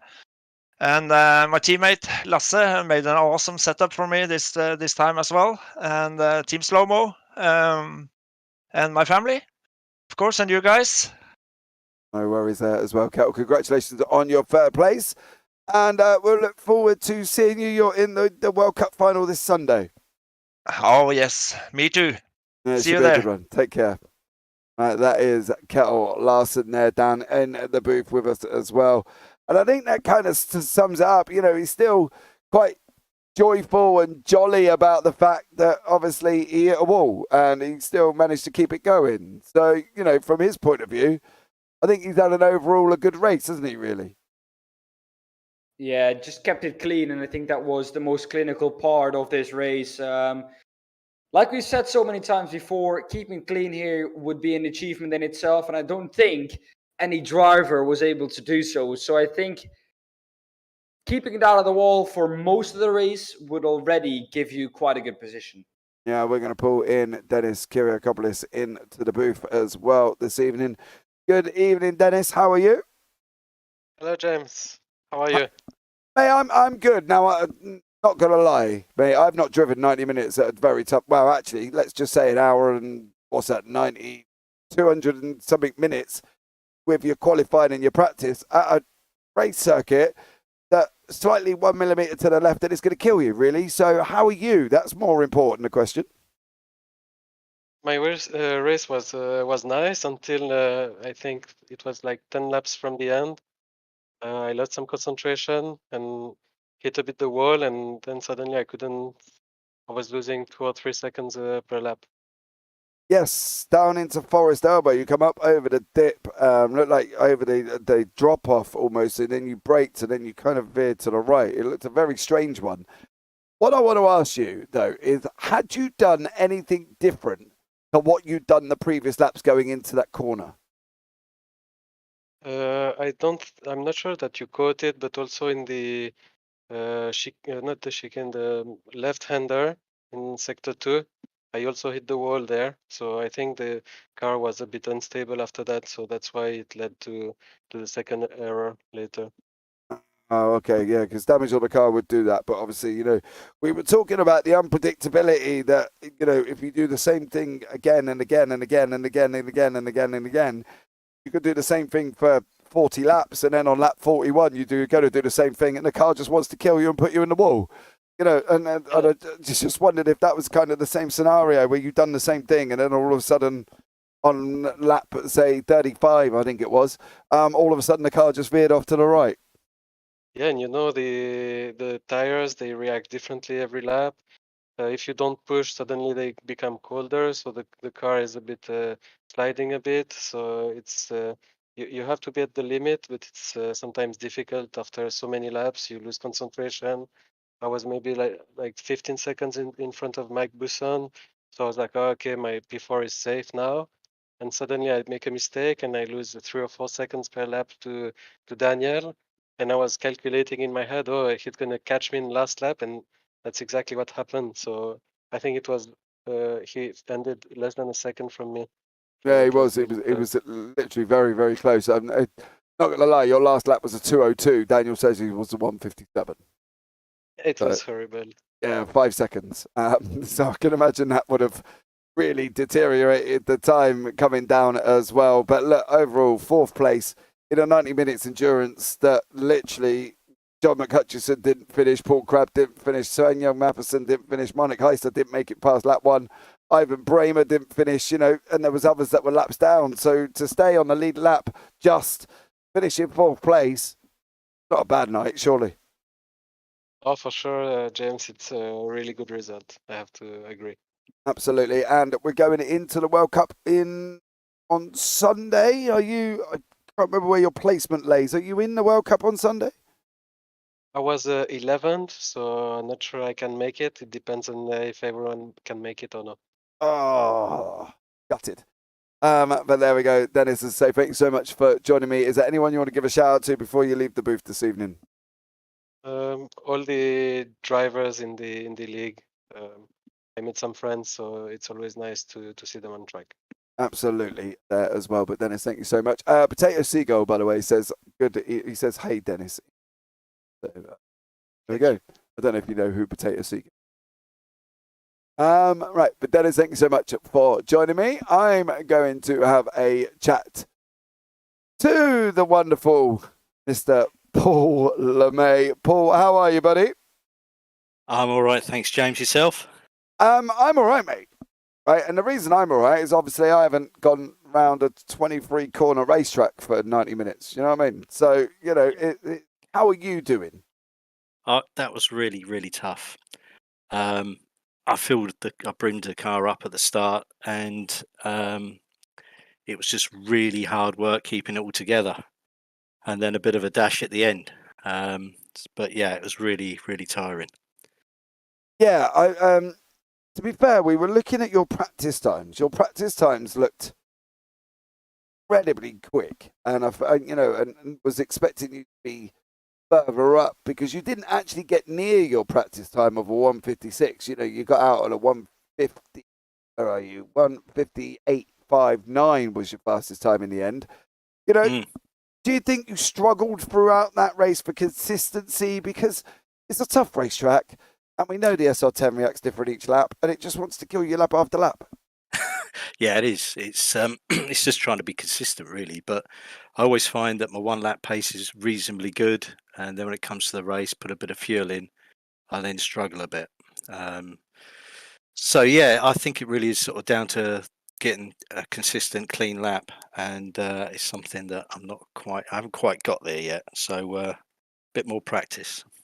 Yeah, mate, I'm the same. I've had a up and down week on this racetrack. 1 minute I'm great, and next minute I'm terrible. So you know what I mean.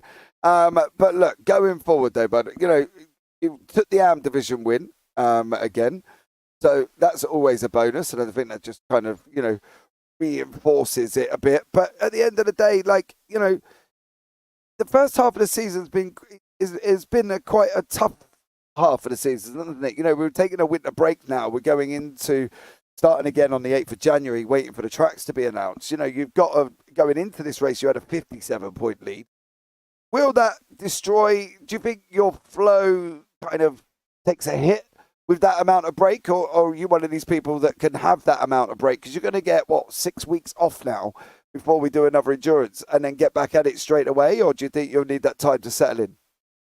No, I'm sort of looking forward to a bit of a break, if I'm honest. And, I'll just keep sort of doing a few practice sessions here and there. But yeah, it'd just be nice just to have a little bit of a break, really. I bet that the winter break be good. I think